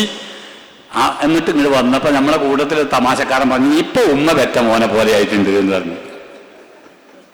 ഇങ്ങനെ നിങ്ങൾ പേടിക്കൊന്നും വേണ്ട. നമ്മുടെ പ്രവൃത്തിപരമായി മുടി കൊഴിയരുത്, സ്വമേധയെ കൊഴിഞ്ഞു പോയിക്കോട്ടെ, ഇരിക്കട്ടെ. നഖവും അങ്ങനെ തന്നെ. ചില ആളുകൾ ചോദിക്കും, മിനേന്നൊക്കെ ചോദിക്കണ കാലിന്റെ ഉപ്പൂറ്റി പൊട്ടിയിട്ട് ഇങ്ങനെ തൊലി അടന്ന് നിൽക്കുന്നുണ്ട്, അതിന് വല്ല ഒരു കുഴപ്പമില്ല, തൊലി കുറയാൻ പാടില്ലാന്നും വിൽക്കാൻ പാടില്ലാന്നും എവിടെ നിയമല്ല. നഖവും മുടിയും കൊഴിക്കരുത്. ഇപ്പൊ ഇത്രയും 3. 4, തലയിലും താടിയിലും എണ്ണ പുരട്ടരുത്. കൈമ പുരട്ട, കാലുമ പുരട്ട, നെഞ്ചത്ത് പുരട്ട, ശരീരത്തിൽ പുരട്ടാം, എവിടെയും പുരട്ടാം. അതിലിപ്പോൾ സ്ത്രീകൾക്കാണ് ചിലപ്പോൾ വിഷമം ഉണ്ടാകുക. 4-5 ദിവസമൊക്കെ ഇഹ്റാമിലാവുമ്പോൾ പെണ്ണുങ്ങൾക്ക് തലയിൽ അല്പം ഒന്ന് എണ്ണ തേക്കാഞ്ഞാൽ, അല്പം ഒരു എണ്ണ തലയിൽ നെറുകയിലിടാഞ്ഞാൽ അവയ്ക്ക് വലിയ വിഷമമായിരിക്കും. പക്ഷെ ചെയ്യാൻ പാടില്ല, ഇഹ്റാമിൽ ചെയ്യാൻ പാടില്ല. താടിയിലും തലയിലും എണ്ണ പുരട്ടരുത്. അപ്പം ഹോട്ടലിലൊക്കെ കയറിയിട്ട് എന്തെങ്കിലുമൊക്കെ തിന്നിട്ടുണ്ടെങ്കിൽ കൈമ എണ്ണ ഉണ്ടാവും. ഇപ്പം എണ്ണച്ചോറില്ലാത്ത ചോറ് കിട്ടുമല്ലോ. അപ്പം ആ കൈ ഇങ്ങനെ അൽഹംദുലില്ലാ എന്നും പറഞ്ഞ് താടിയുമ പുരട്ടരുത്. അത് ശ്രദ്ധിക്കണം. 4. 5, നിക്കാഹ് നടത്തി കൊടുക്കൽ. അതിനൊന്നും വിശദമായ പഠനം ആവശ്യമില്ല. ഒറ്റവാക്കിൽ പറഞ്ഞാൽ നമ്മളീ പോകുന്ന സംഘത്തിൽ മോളെ കെട്ടിക്കാനുള്ള ഒരു കാക്കുണ്ട്. ആ കൂട്ടത്തിൽ നല്ലൊരു ചെറുപ്പക്കാരൻ പയ്യൻ ഹജ്ജിനുണ്ട്. അവനെ കണ്ടപ്പോൾ ഇയാൾക്ക് താല്പര്യം, ഇവനെ കൊണ്ട് എന്നെ മോളെ കല്യാണം കഴിച്ചു കൊടുത്തെങ്കിലോ എന്ന്. അങ്ങനെ സംസാരങ്ങളൊക്കെ കുടുംബങ്ങളൊക്കെ നടത്തി പിടിച്ച് ആ ഇഹ്റാമിൽ തന്നെ എന്ത് ചെയ്ത് നിക്കാഹ് നടത്തലും നടത്തി കൊടുക്കലും ഹറാമാണ്. അതുകൊണ്ട് എന്താണ്, ഹജ്ജിന് തകരാറൊന്നുമില്ല, നിക്കാഹ് ബാത്തിലാണ്. 5. 6, ഭാര്യ ഭർത്താക്കന്മാർ വിചാര വികാര ഉദ്ദീപനത്തോടു കൂടിയുള്ള ദർശന സ്പർശന ചുംബനാദികൾ. 7, ഭാര്യയും ഭർത്താവും സംഭോഗം നടത്തൽ. 8, വേട്ടജന്തുക്കളെ കൊല്ലൽ. ഇങ്ങനെ ഈ 8 കാര്യങ്ങൾ ഇതിൽ പ്രധാനമായും നമ്മൾ ശ്രദ്ധിക്കേണ്ടതാണ്. 1, വസ്ത്രം. 2, സുഗന്ധം. 3, മുടി കൊഴിക്കൽ. 4, എണ്ണ ഉപയോഗിക്കൽ. 5, ദമ്പതിമാർ തമ്മിലുള്ള ഇടപെടലുകൾ. ഇത് ഇഹ്റാം കെട്ടിയാൽ പിന്നെ രണ്ടാളും പാടെ വേണമെങ്കിൽ 2 സീറ്റ് ഇരുന്ന ബസ്സിലൊക്കെ പോകുമ്പോൾ. കാരണം നിങ്ങൾ 2 ആളാണെങ്കിലും പിശാച് ചിലപ്പോൾ എന്തെങ്കിലും ഒരു പിത്തനുണ്ടാക്കാൻ വേണ്ടി വന്നാൽ അത് ഹജ്ജിനെ ബാധിക്കും. ഇങ്ങനെയാണ് ഈ കാര്യങ്ങളൊക്കെ ശ്രദ്ധിച്ച് നമ്മളിങ്ങനെ വിമാനത്തിൽ പോയി ജിദ്ദയിൽ ഇറങ്ങി അവിടുന്ന് പിന്നെ മുത്തൈഫുമാർ മുഖേന, ഇപ്പൊക്കെ കമ്പനിയാണ്, ആ കമ്പനി മുഖേന ബസ്സിൽ കയറി പെട്ടെന്ന് ചടചടാന്ന് പരിപാടി കഴിയും. പണ്ടത്തെ മതിയൊന്നുമല്ല. Jeddah airport ഒമ്പമ്പമ്പോ എമ്മാതിരി വലുതായിട്ടുണ്ട്. അപ്പൊ അതുകൊണ്ട് തന്നെ എല്ലാം വേഗം നടക്കും. മുമ്പ് ജിദ്ദ ചെന്നിറങ്ങിയ കിടക്കുക തന്നെ 4 മണിക്കൂർ 5 മണിക്കൂർ 6 മണിക്കൂറൊക്കെ കിടന്ന് അറാബാകലാണ്. അപ്പൊ അതൊന്നുമില്ല. എത്രയും പെട്ടെന്ന് മക്കത്തെത്തി, നിങ്ങൾ ഉംറ ചെയ്തു, പിന്നെ ഇനി മക്കത്തിന് നിൽക്കണം. ഈ നൃത്തത്തിനിടയിൽ നിങ്ങൾ തെന്നലിൽ ഉംറക്ക് പോകും. വാപ്പ മരിച്ചുപോയ വാപ്പാക്ക് വേണ്ടി ഉംറ ചെയ്യും, മരിച്ചുപോയ ഉമ്മാക്ക് വേണ്ടി ഉംറ ചെയ്യും. അപ്പോൾ ഒരു പെണ്ണിന് തോന്നി എൻ്റെ ഭർത്താവ് മരിച്ചിട്ടുണ്ടല്ലോ, ആ ഭർത്താവിന് വേണ്ടി ഉംറ ചെയ്തു. അപ്പൊ പിന്നെ ഒരാൾക്ക് തോന്നി ഇവരൊക്കെ രണ്ടാൾക്ക് മരിച്ചവർക്കും ഒക്കെ വേണ്ടി ഉംറയുണ്ടല്ലോ, എൻ്റെ ഭർത്താവ് മരിച്ചിട്ടൊന്നുമില്ല, ഞാൻ അയാൾക്കൊരു ഉംറ ഞാൻ ചെയ്യട്ടെ എന്നൊരു പെണ്ണിന് തോന്നി. അത് പറ്റില്ല. ജീവിച്ചിരിക്കുന്ന ആളുകൾക്ക് ഉംറയോ മറ്റു കാര്യങ്ങളോ ചെയ്യണം എന്നുണ്ടെങ്കിൽ, ഹജ്ജ് ചെയ്യണം എന്നുണ്ടെങ്കിൽ, 1, അവർക്ക് യാത്ര ചെയ്ത് മക്കത്തെത്തി ഈ കർമ്മം അവരെ തടി കൊണ്ട് ചെയ്യാൻ കഴിയാത്ത വിധം കഴിവുകെട്ട രോഗികളാകണം. 2, അവരെ സമ്മതം വേണം. മരിച്ചവർക്ക് പിന്നെ ഇത് ബാധകമല്ല. മരിച്ചവർ ഫർളായ ഹജ്ജും ഉംറയും ചെയ്തിട്ടില്ലെങ്കിൽ ഒരു പ്രശ്നവും ഇല്ല, ചെയ്യാം, നമുക്ക് ഉംറ ചെയ്യാം. അങ്ങനെ ഉംറകളൊക്കെ ചെയ്ത് നിങ്ങൾ മക്കത്ത് ഇങ്ങനെ കൂടി, ചിലപ്പോൾ അതിനിടയിൽ പിന്നെ മദീനത്തേക്ക് പോയി, മദീനത്തിൽ നിന്ന് വരുമ്പോഴാണ് ഹജ്ജിന് ഇഹ്റാം കെട്ടുക. ഞാൻ ഈ പറഞ്ഞ ഇതേ റൂട്ട് തന്നെ ഇഹ്റാം എന്ന് പറയാം. അപ്പം നിങ്ങൾ ഒന്നുകിൽ മദീനത്ത് പുറപ്പെടുന്നതിന് മുമ്പ് ഇഹ്റാമിൻ്റെ അദബുകളൊക്കെ ഒന്ന് പാലിക്കണം. എന്താണ് ഇഹ്റാമിൻ്റെ അദബ്? ഇപ്പോൾ നാട്ടിൽ നിന്ന് പോകുമ്പോഴും അങ്ങനെ തന്നെയാണ്, ഒന്ന് പറഞ്ഞാൽ മതിയല്ലോ. എന്താണ് ഇഹ്റാമിൻ്റെ അദബുകൾ? 1, കുളിക്കണം. കുളിക്കുമ്പോൾ നെയ്യത്ത് വെച്ച് കുളിക്കണം. ഞാൻ ഇഹ്റാമിനും വേണ്ടി കുളിക്കുന്നു. നമ്മൾ കുറച്ച് കണ്ട് നിസ്കരിച്ചാൽ പോരെ അല്ലേ? ഇടയ്ക്ക് ഇനി ഓരോരുത്തർ എഴുന്നേറ്റ് പോയാൽ എനിക്കിങ്ങനെ ഒരു വിശ്വാസം തുടങ്ങും. അപ്പോൾ നമുക്ക് ഒരുമിച്ച് പോയി ജമാഅത്താക്കാം. പിന്നെ ഇഹ്റാമിന്റെ കുളി ഞാൻ കുളിക്കുന്നു, വെള്ളിയാഴ്ച കുളിക്കലുണ്ട് ജുമാക്ക്. എന്താ നിയ്യത്തെ കൊണ്ട്? ജുമയുടെ സുന്നത്തായ കുളി ഞാൻ കുളിക്കുന്നു. ആരാ കുളിക്കേണ്ടത്? ജുമക്ക് പോകുവാൻ നിർബന്ധമുള്ള ആണുങ്ങളും പെണ്ണുങ്ങളും അന്ന് കുളിക്കണം. പെണ്ണുങ്ങൾക്കും ജുമഅന്റെ സുന്നത്ത് കുളിയുണ്ട്. അൽകഹഫും സ്വലാത്തും അവരും ചെല്ലണം. പുരുഷന്മാർക്കും അൽകഹഫും സ്വലാത്തും ചെല്ലണം. അപ്പൊ ഈ നീയത്ത് വെച്ചിട്ടാണ് അവർ കുളിക്കേണ്ടത്. മയ്യത്ത് കുളിപ്പിച്ചാൽ കുളിക്കൽ സുന്നത്തുണ്ട്. മയ്യത്ത് കുളിപ്പിച്ചതിന്റെ പേരിൽ ഞാൻ സുന്നത്തായ കുളി കുളിക്കുന്നു നീയത്ത് വെച്ചാലേ ആ കൂലി കിട്ടുള്ളൂ. ഓടി ഷവറിന്റെ അടിക്കാണ് ചെന്ന് എന്നിട്ട് പൈപ്പ് തിരിച്ച് കുറെ വെള്ളം വീട്ടി കുളിച്ച സുന്നത്ത് കിട്ടൂല, മേല് വൃത്തിയാവും. അപ്പൊ എന്തൊരു അമലും ഇന്നമൽ അഅ്മാലു ബിന്നിയ്യാത്ത്, അമലുകളുടെ സിഹത്ത് അല്ലെങ്കിൽ അമലുകളുടെ കമാലിയത്ത് അത് നിയ്യത്തുകളെ കൊണ്ടാണ്. അപ്പൊ നമ്മൾ ഇഹ്റാമിനും വേണ്ടി ഞാൻ കുളിക്കുന്നു എന്ന് നിയ്യത്ത് ചെയ്ത് കുളിച്ചു. കുളിയൊക്കെ കുളിക്കുന്നതിന് മുമ്പ് ശരീരത്തിൽ നീക്കേണ്ട വൃത്തികേടുകളൊക്കെ നീക്കി, നഖം നീക്കേണ്ട രോമങ്ങളൊക്കെ നീക്കി, എന്നിട്ട് കുളിച്ചു. കുളി കഴിഞ്ഞതിന് ശേഷം അല്പം അത്തർ സുഗന്ധം എടുത്തിട്ട് ശരീരത്തിൽ പുരട്ടണം, വസ്ത്രത്തിൽ പുരട്ടണ്ട. ഉടുക്കാൻ പോണ മാറ്റാൻ പോണ വസ്ത്രം ഉണ്ടല്ലോ, അത് നിങ്ങൾ പരട്ടണ്ട. എവിടെ പറ്റിയാൽ മതി? ശരീരത്തിൽ പരട്ടിയാൽ മതി. ശരീരത്തിൽ എവിടെയും പറ്റിക്കോളൂ. അതെന്താ അങ്ങനെ? അതങ്ങനെയെന്ന് ചോദിച്ചാൽ ഒരു തുണി ഉടുക്കുന്നു, ഒരു തുണി പുതക്കുന്നു ആണുങ്ങൾ. പെണ്ണുങ്ങളായാലും അവരെ പറഞ്ഞ. അപ്പൊ ആ വസ്ത്രത്തുമൽ പരട്ടി നമ്മൾ പുതക്കണം മുണ്ടുമ്പോഴത് പരട്ടി നല്ല അത്രാണ്, കറയൊന്നുമില്ല. എന്നിട്ട് എയർപോർട്ടിലെത്തി. എയർപോർട്ടിൽ നിന്ന് ഉസ്താദെ ഞാനൊന്ന് മൂത്രമൊഴിച്ചു വരാം. എന്നാ മൂത്രമൊഴിച്ചു വാ. മൂത്രമൊഴിക്കാൻ പോയി. ബാത്റൂം പോയി, വാഷ്റൂമിൽ പോയി. അവിടെ നിന്ന് ഇയാൾ ഈ മുണ്ടെടുത്ത് മാറ്റി അവിടെ വെച്ച് മൂത്രമൊഴിച്ച് ഒതുവൊക്കെ ഉണ്ടാക്കി വരികയാണ്. രണ്ടാമത് ഈ മുണ്ടെടുത്ത് മേത്ത് കൂടെ ഇടുമ്പോൾ സുഗന്ധം ഉള്ള വസ്ത്രം ധരിക്കലാകും. അത് വരാതിരിക്കാനാണ് വസ്ത്രത്തിൽ പുരട്ടണ്ടെന്ന് പറഞ്ഞത്. ഇത് പെണ്ണുങ്ങൾക്കും അങ്ങനെ തന്നെ. പെണ്ണുങ്ങൾ ഇഹ്റാമിനും വേണ്ടി വസ്ത്രത്തിൽ അത്ര പറ്റിയിട്ടുണ്ടെങ്കിൽ അവള് ഒതുകൊടുക്കാനൊക്കെ പോയപ്പോ ഈ മുഖമക്കനയച്ച് എവിടെയെങ്കിലും കുറത്തി വെച്ചു. എന്നിട്ട് ആ പെണ്ണ് അതെടുത്ത് രണ്ടാം തലയിലിടും. അപ്പൊ സുഗന്ധം ഉള്ള വസ്ത്രം ധരിക്കല് വരും. അത് വരാതിരിക്കാൻ എവിടെ പറ്റിയാൽ മതി ആട്ടെ, അത് ചെയ്തു. എന്നിട്ട് പിന്നെ നമ്മളെ ചുറ്റിത്തുന്നപ്പെട്ട ഒന്നും പറ്റൂലല്ലോ. അപ്പൊ ഷൂ പറ്റില്ല, സോക്സ് പറ്റില്ല, പിന്നെ ഓപ്പൺ ചെരുപ്പാകണം, നല്ല ഗ്രിപ്പുള്ള ചെരുപ്പാകണം കേട്ടോ. 3 ഉറുപ്യ ശരീരത്താ ചോദ്യം വളരെ പ്രസക്താണ്. ചോദിക്കാൻ പോണെന്താ നീ മനസ്സിലായിരുന്നത്? ശരീരത്തിൽ അത്ര പരത്തി വയർത്തപ്പത് വസ്ത്രത്തിലായി, അത് അഫുണ്ട്. വസ്ത്രത്തിൽ അത്ര പരത്തിയതല്ലല്ലോ. വസ്ത്രത്തിലാകാതിരിക്കാൻ നോക്കുക. ഇനി വയർത്ത് വസ്ത്രത്തിലായി എന്നാൽ അത് മഹഫൂവാണ്. പിന്നെ ഇഹ്റാമിൽ രാത്രി പെണ്ണുങ്ങൾക്കും സുന്നത്താണ്. പിന്നെ ചെരുപ്പ് പെണ്ണുങ്ങൾക്ക് ഷൂ ഒക്കെ പറ്റും. മാത്രല്ല പെണ്ണുങ്ങൾക്ക് ഷൂ വാങ്ങിക്കൊടുത്ത് നിങ്ങൾ ശീലിപ്പിക്കണം യാത്രന്റെ മുമ്പ് തന്നെ. ഒരു 10-20 ദിവസമൊക്കെ ഷൂ ഇട്ടിട്ട്. എന്താ അറിയോ, മിക്ക ആളുകൾക്കും കാലിന്റെ മടമ്പ് പൊട്ടും. അത് ഈ മത്താബിൽ ഇങ്ങനെ കെമിക്കൽ ഇങ്ങനെ ഇട്ട് വൃത്തിയാക്കിക്കൊണ്ടിരിക്കുകയല്ലേ. അപ്പൊ ആണുങ്ങൾക്കും പൊട്ടും പെണ്ണുങ്ങൾക്കും പൊട്ടും. നടന്നിട്ട് കാല് പൊട്ടും. കാല് പൊട്ടിക്കഴിഞ്ഞാൽ പിന്നെ എല്ലാവരുടെ കഥയും വിഷമാവും. അപ്പൊ അതിന് ഷൂ ഇട്ട് ശീലിച്ചു കഴിഞ്ഞാൽ, പെണ്ണുങ്ങൾക്ക് സോക്സും ചൂടാലോ, ഇട്ട് ശീലിച്ചു കഴിഞ്ഞാൽ പിന്നെ കുറെ നല്ലൊരു പരിധി ഉണ്ടാവും. ആണുങ്ങൾക്ക് ഇഹ്റാമല്ലാത്തപ്പോ ഷൂ ഇടാം. ഇഹ്റാമല്ലാത്തപ്പോ ഷൂ ഇട്ട് ശീലിച്ചാൽ നല്ല വിലപിടിപ്പുള്ള ഷൂ ആയിട്ടൊന്നും പോണ്ട.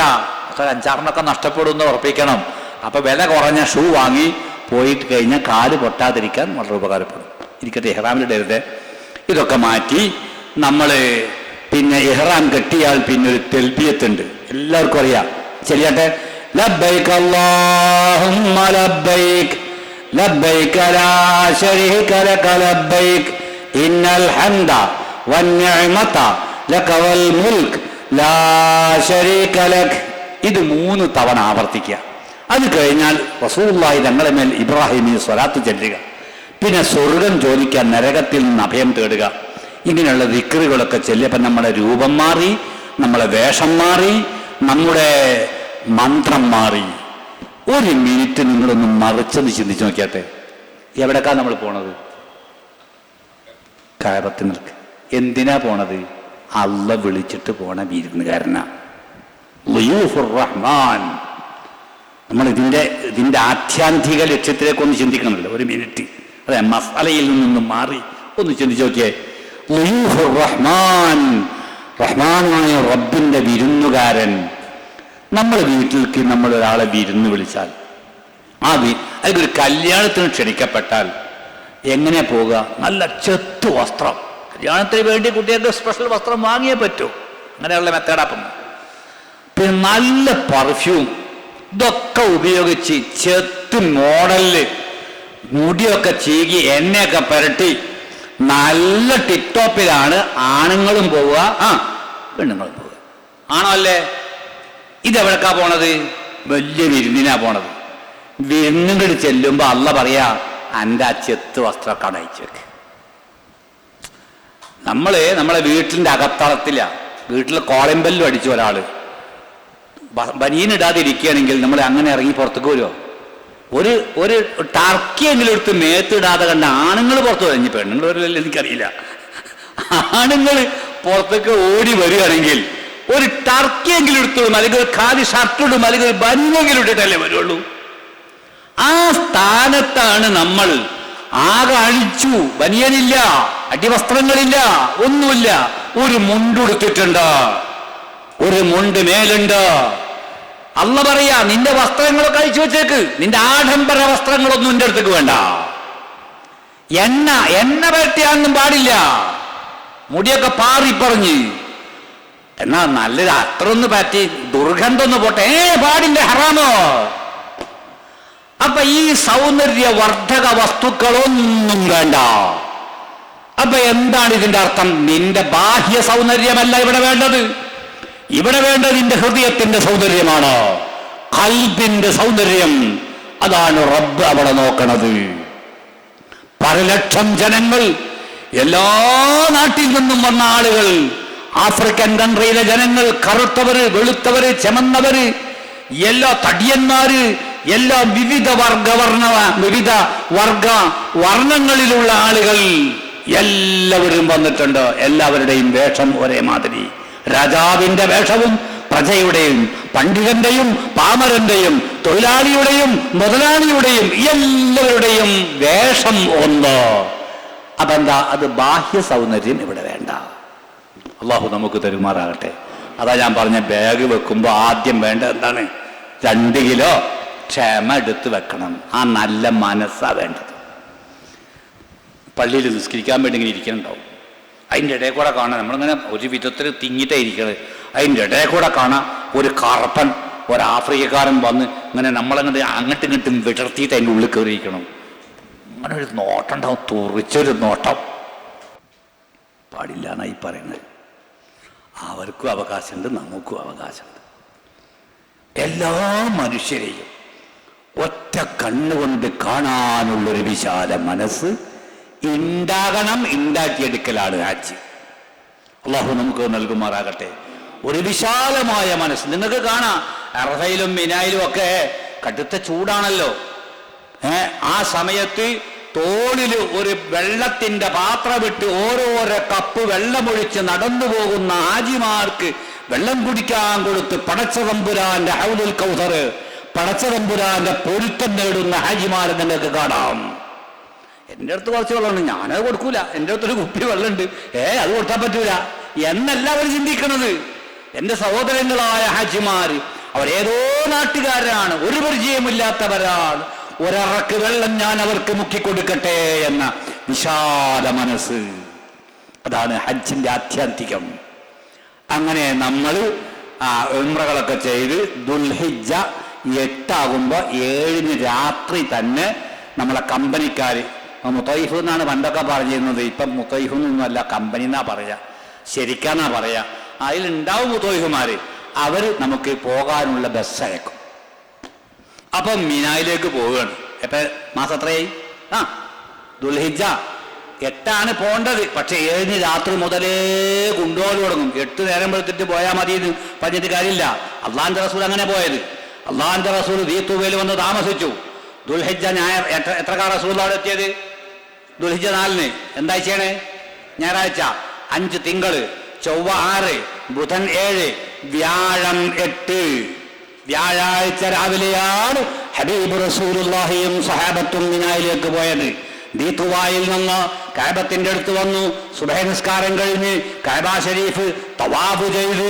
എന്നിട്ടാണ് റസൂലുള്ളാഹിന്റെ ഹജ്ജിന് വേണ്ടി, ഹജ്ജത്തുൽ വദാഇന് വേണ്ടി മിനായിലേക്ക് പോകുന്നത്. ആ മിന ദുൽഹിജ്ജ 8 മിനായിൽ പോയി പാർക്കും നമ്മൾ. അത് സുന്നത്തായ മിനയാണ്. വാജിബായ മിന അന്നല്ല. അത് മാസം 11, 12, 13 ഈ രാവുകളിലാണുള്ളത്. അപ്പൊ നമ്മളെല്ലാവരും മിനായിലേക്ക് പോകാൻ വേണ്ടി കൊണ്ടോയ പെട്ടിയും ബാഗൊന്നും എടുക്കൂല. അത്യാവശ്യം അവിടെ വേണ്ടപ്പെട്ട മരുന്ന് എവിടെ പോകുമ്പോൾ എടുക്കണം. ചില ഷുഗർ രോഗികളോ പ്രഷർ രോഗികളോ ഒക്കെ ഉണ്ടെങ്കിൽ ഒരു മരുന്ന് എടുത്തിട്ടില്ലെങ്കിൽ ഞാൻ ഹജ്ജിന് വന്നല്ലേ, പുറത്തോട്ട് കഴിയില്ല, എനിക്ക് ഷുഗർ ആവുന്നുള്ളത്, അങ്ങനെ മരുന്നൊന്നും കുടിക്കണ്ട എന്ന് തവക്കലിലേക്ക് എത്താൻ നമ്മൾ ആയിട്ടില്ല. അപ്പൊ കറക്റ്റ് മരുന്നൊക്കെ ഉപയോഗിച്ചുകൊണ്ടിരിക്കണം. പെട്ടെന്ന് എങ്ങാനും ബോധക്കേട് വരികയെ ഡൗൺ ആവുകയെ ഒക്കെ ചെയ്തു കഴിഞ്ഞാൽ ബുദ്ധിമുട്ടല്ലേ. അപ്പോൾ മരുന്ന് ചെല്ലാനും ഓതാനൊക്കെ ഉള്ള ഏടുകൾ കാര്യങ്ങളൊക്കെ എടുത്ത് ഒക്കെ ഉസ്താദന്മാർ നിർദ്ദേശിച്ചു തരും. അത്യാവശ്യം വേണ്ടപ്പെട്ട മുതലൊക്കെ എടുത്ത് ഒരു ബാഗിലോ കിറ്റിലാക്കിയിട്ട് വലിയ ഭാരം ആരും കൊണ്ടുപോകരുത്. അവനവനക്ക് ഇറങ്ങി നടക്കേണ്ടി വന്നാൽ എടുക്കാൻ മാത്രം പാകമുള്ളതേ കൊണ്ടുപോകാവും. ഞങ്ങൾ പ്രൈവറ്റ് സംഘത്തിലാണ് പോകേണ്ടത്. ഞങ്ങൾക്ക് അമീറന്മാരുണ്ട്. ഉസ്താദേ ആ ബാഗ് എടുത്തോളി. എടോ, ഉസ്താദിനെ കൊണ്ട് ബാഗ് ഇടിപ്പിക്കല്ല വേണ്ട. നിങ്ങൾ ആ സാധു നിങ്ങളെ കൂടെ അമീറായി വന്ന് അമീറാകണോ കഴുതയാകണോ? അയാളെ കൊണ്ടൊന്നും ചെയ്യിപ്പിക്കരുത്. അത് അദബുകളല്ലേ. അതാ ഞാൻ പറഞ്ഞു വരുന്നത്. നമുക്ക് എടുക്കാൻ പറ്റുന്ന ഭാരം 987 എൻ്റെ ഓർമ്മ. മിനായിൽ തീപിടുത്തം നിങ്ങൾക്ക് ആർക്കും ഓർമ്മ ഉണ്ടാകുന്ന അറിയില്ല. മിനായിൽ തീപിടുത്തണ്ടായ അന്നേ ഈ ആജിയന്മാരുടെ സ്വഭാവം പറയാണ്.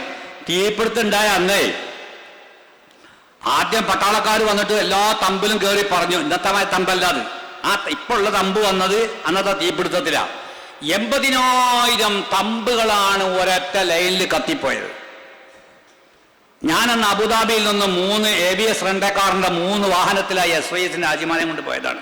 ഞങ്ങളെ വണ്ടിക്കടക്കം പട്ടാളക്കാർ പോലീസുകാർ വന്നിട്ട് ഇങ്ങനെ വെള്ളടിച്ച് പിടിച്ചിരിക്കുകയായിരുന്നു. മത്താഫി തീ പിടിക്കാതിരിക്കാൻ വേണ്ടി അതിൻ്റെ ഉള്ളിലാണ് നിർത്തിയിരിക്കുന്നത്. വന്നിട്ട് പറഞ്ഞു, ഇപ്പങ്ങൾ അവിടെ നിന്നോളൂ, വേണ്ടി വന്നാൽ ഓർഡർ കിട്ടുമ്പോൾ കയ്യിലുള്ള സാമഗ്രികളൊക്കെ വലിച്ചെറിഞ്ഞിട്ട് നിങ്ങൾ ജീവനം കൊണ്ട് ഓർഡർ എന്ന് പറഞ്ഞു. അപ്പൊ നമ്മൾ പറഞ്ഞു, നിങ്ങൾ കാര്യം ചെയ്തോളൂ, ഭാരമില്ലാത്ത അത്യാവശ്യം വേണ്ടപ്പെട്ട സാധനം എടുത്തിട്ട് എല്ലാവരും ഇറങ്ങി നടന്നോളി, പോകാൻ വേണ്ടി ഓർഡർ വന്നിട്ടുണ്ട്. അപ്പൊ ഒരു ഉമ്മ ചോദിക്കാം, ഉസ്താദെ കാലി ബാഗ് എടുക്കണോന്ന്. ഭാരമില്ലാത്തതൊക്കെ എടുത്തോളി എന്ന് പറഞ്ഞപ്പോൾ കാലി ബാഗ് എടുക്കണോന്ന്. വേറൊരു ഉമ്മ പറഞ്ഞാൽ, ഉസ്താദെ എന്റെ ബാഗ് ഉണ്ടിട്ടാ, ഉസ്താദ് ഒന്ന് എടുത്തോട്ടാന്ന് എന്നോട് പറഞ്ഞതാ. അത് ആജിയന്മാരൊരു സ്വഭാവമാണ്. അവസാനം കണ്ണീരൽപ്പിച്ചതൊക്കെ പൊരുത്ത് പഠിപ്പിക്കുകയും ചെയ്യും. അതെന്ത് കാര്യമുള്ളത്? അപ്പൊ അത് നമ്മളെ ഒരു ഹിദുമക്ക് സേവനത്തിന് വരുന്ന ആള് കണ്ടറിഞ്ഞ് മൂപ്പർ എന്തെങ്കിലുമൊക്കെ ചെയ്യും. അത് ചെയ്തോട്ടെ, അത് മൂപ്പർക്ക് പഠിച്ചവൻ്റെ അടുത്ത് കൂട്ടിയിട്ടാനാണ്. നമ്മൾ അവരോട് കൽപ്പിക്കുകയും ഇടിപ്പിക്കുകയും ചെയ്യുന്ന മെത്തേഡിലേക്ക് തരം താഴാൻ പാടില്ല. അങ്ങനെ അപ്പൊ നമുക്ക് എടുക്കാവുന്ന സാധനം മാത്രം എടുക്കാം.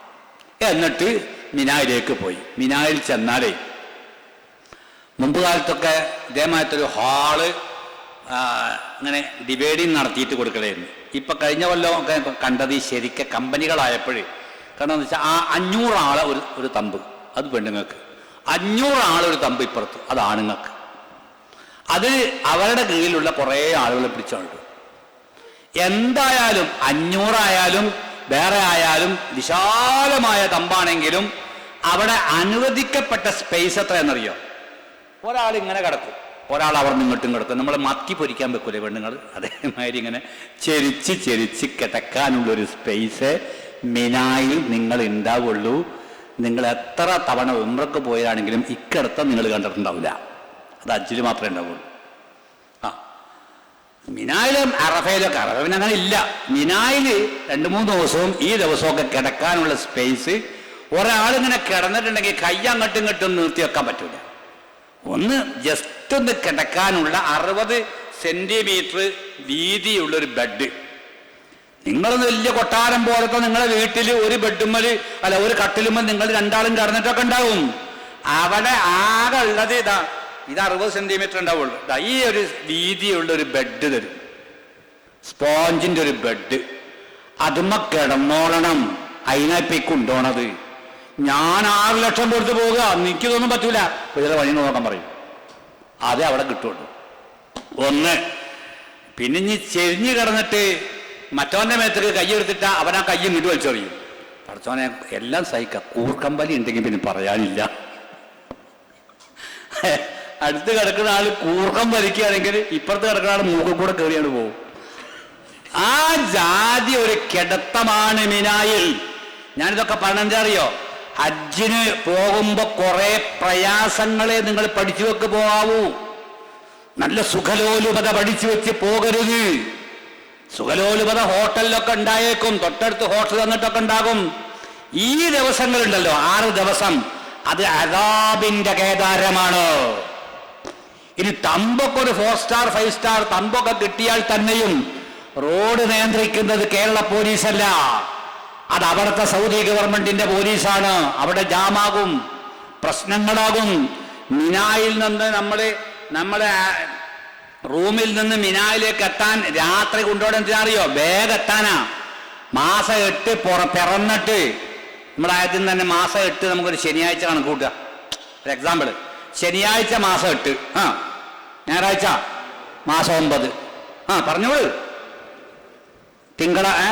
തിങ്കളാഴ്ച മാസം 10, ചൊവ്വ ബുധൻ വ്യാഴം, അതാണ് അയ്യാമത്ത് ശരിക്ക്. ആ 3 ദിവസം മിനായിലായിരിക്കും. പിന്നെ ശനിയാഴ്ച നമ്മൾ എവിടെയായിരിക്കും? മിനായിൽ തന്നെ, സുന്നത്തായ മിന. ഞായറാഴ്ച എവിടെയാണ്?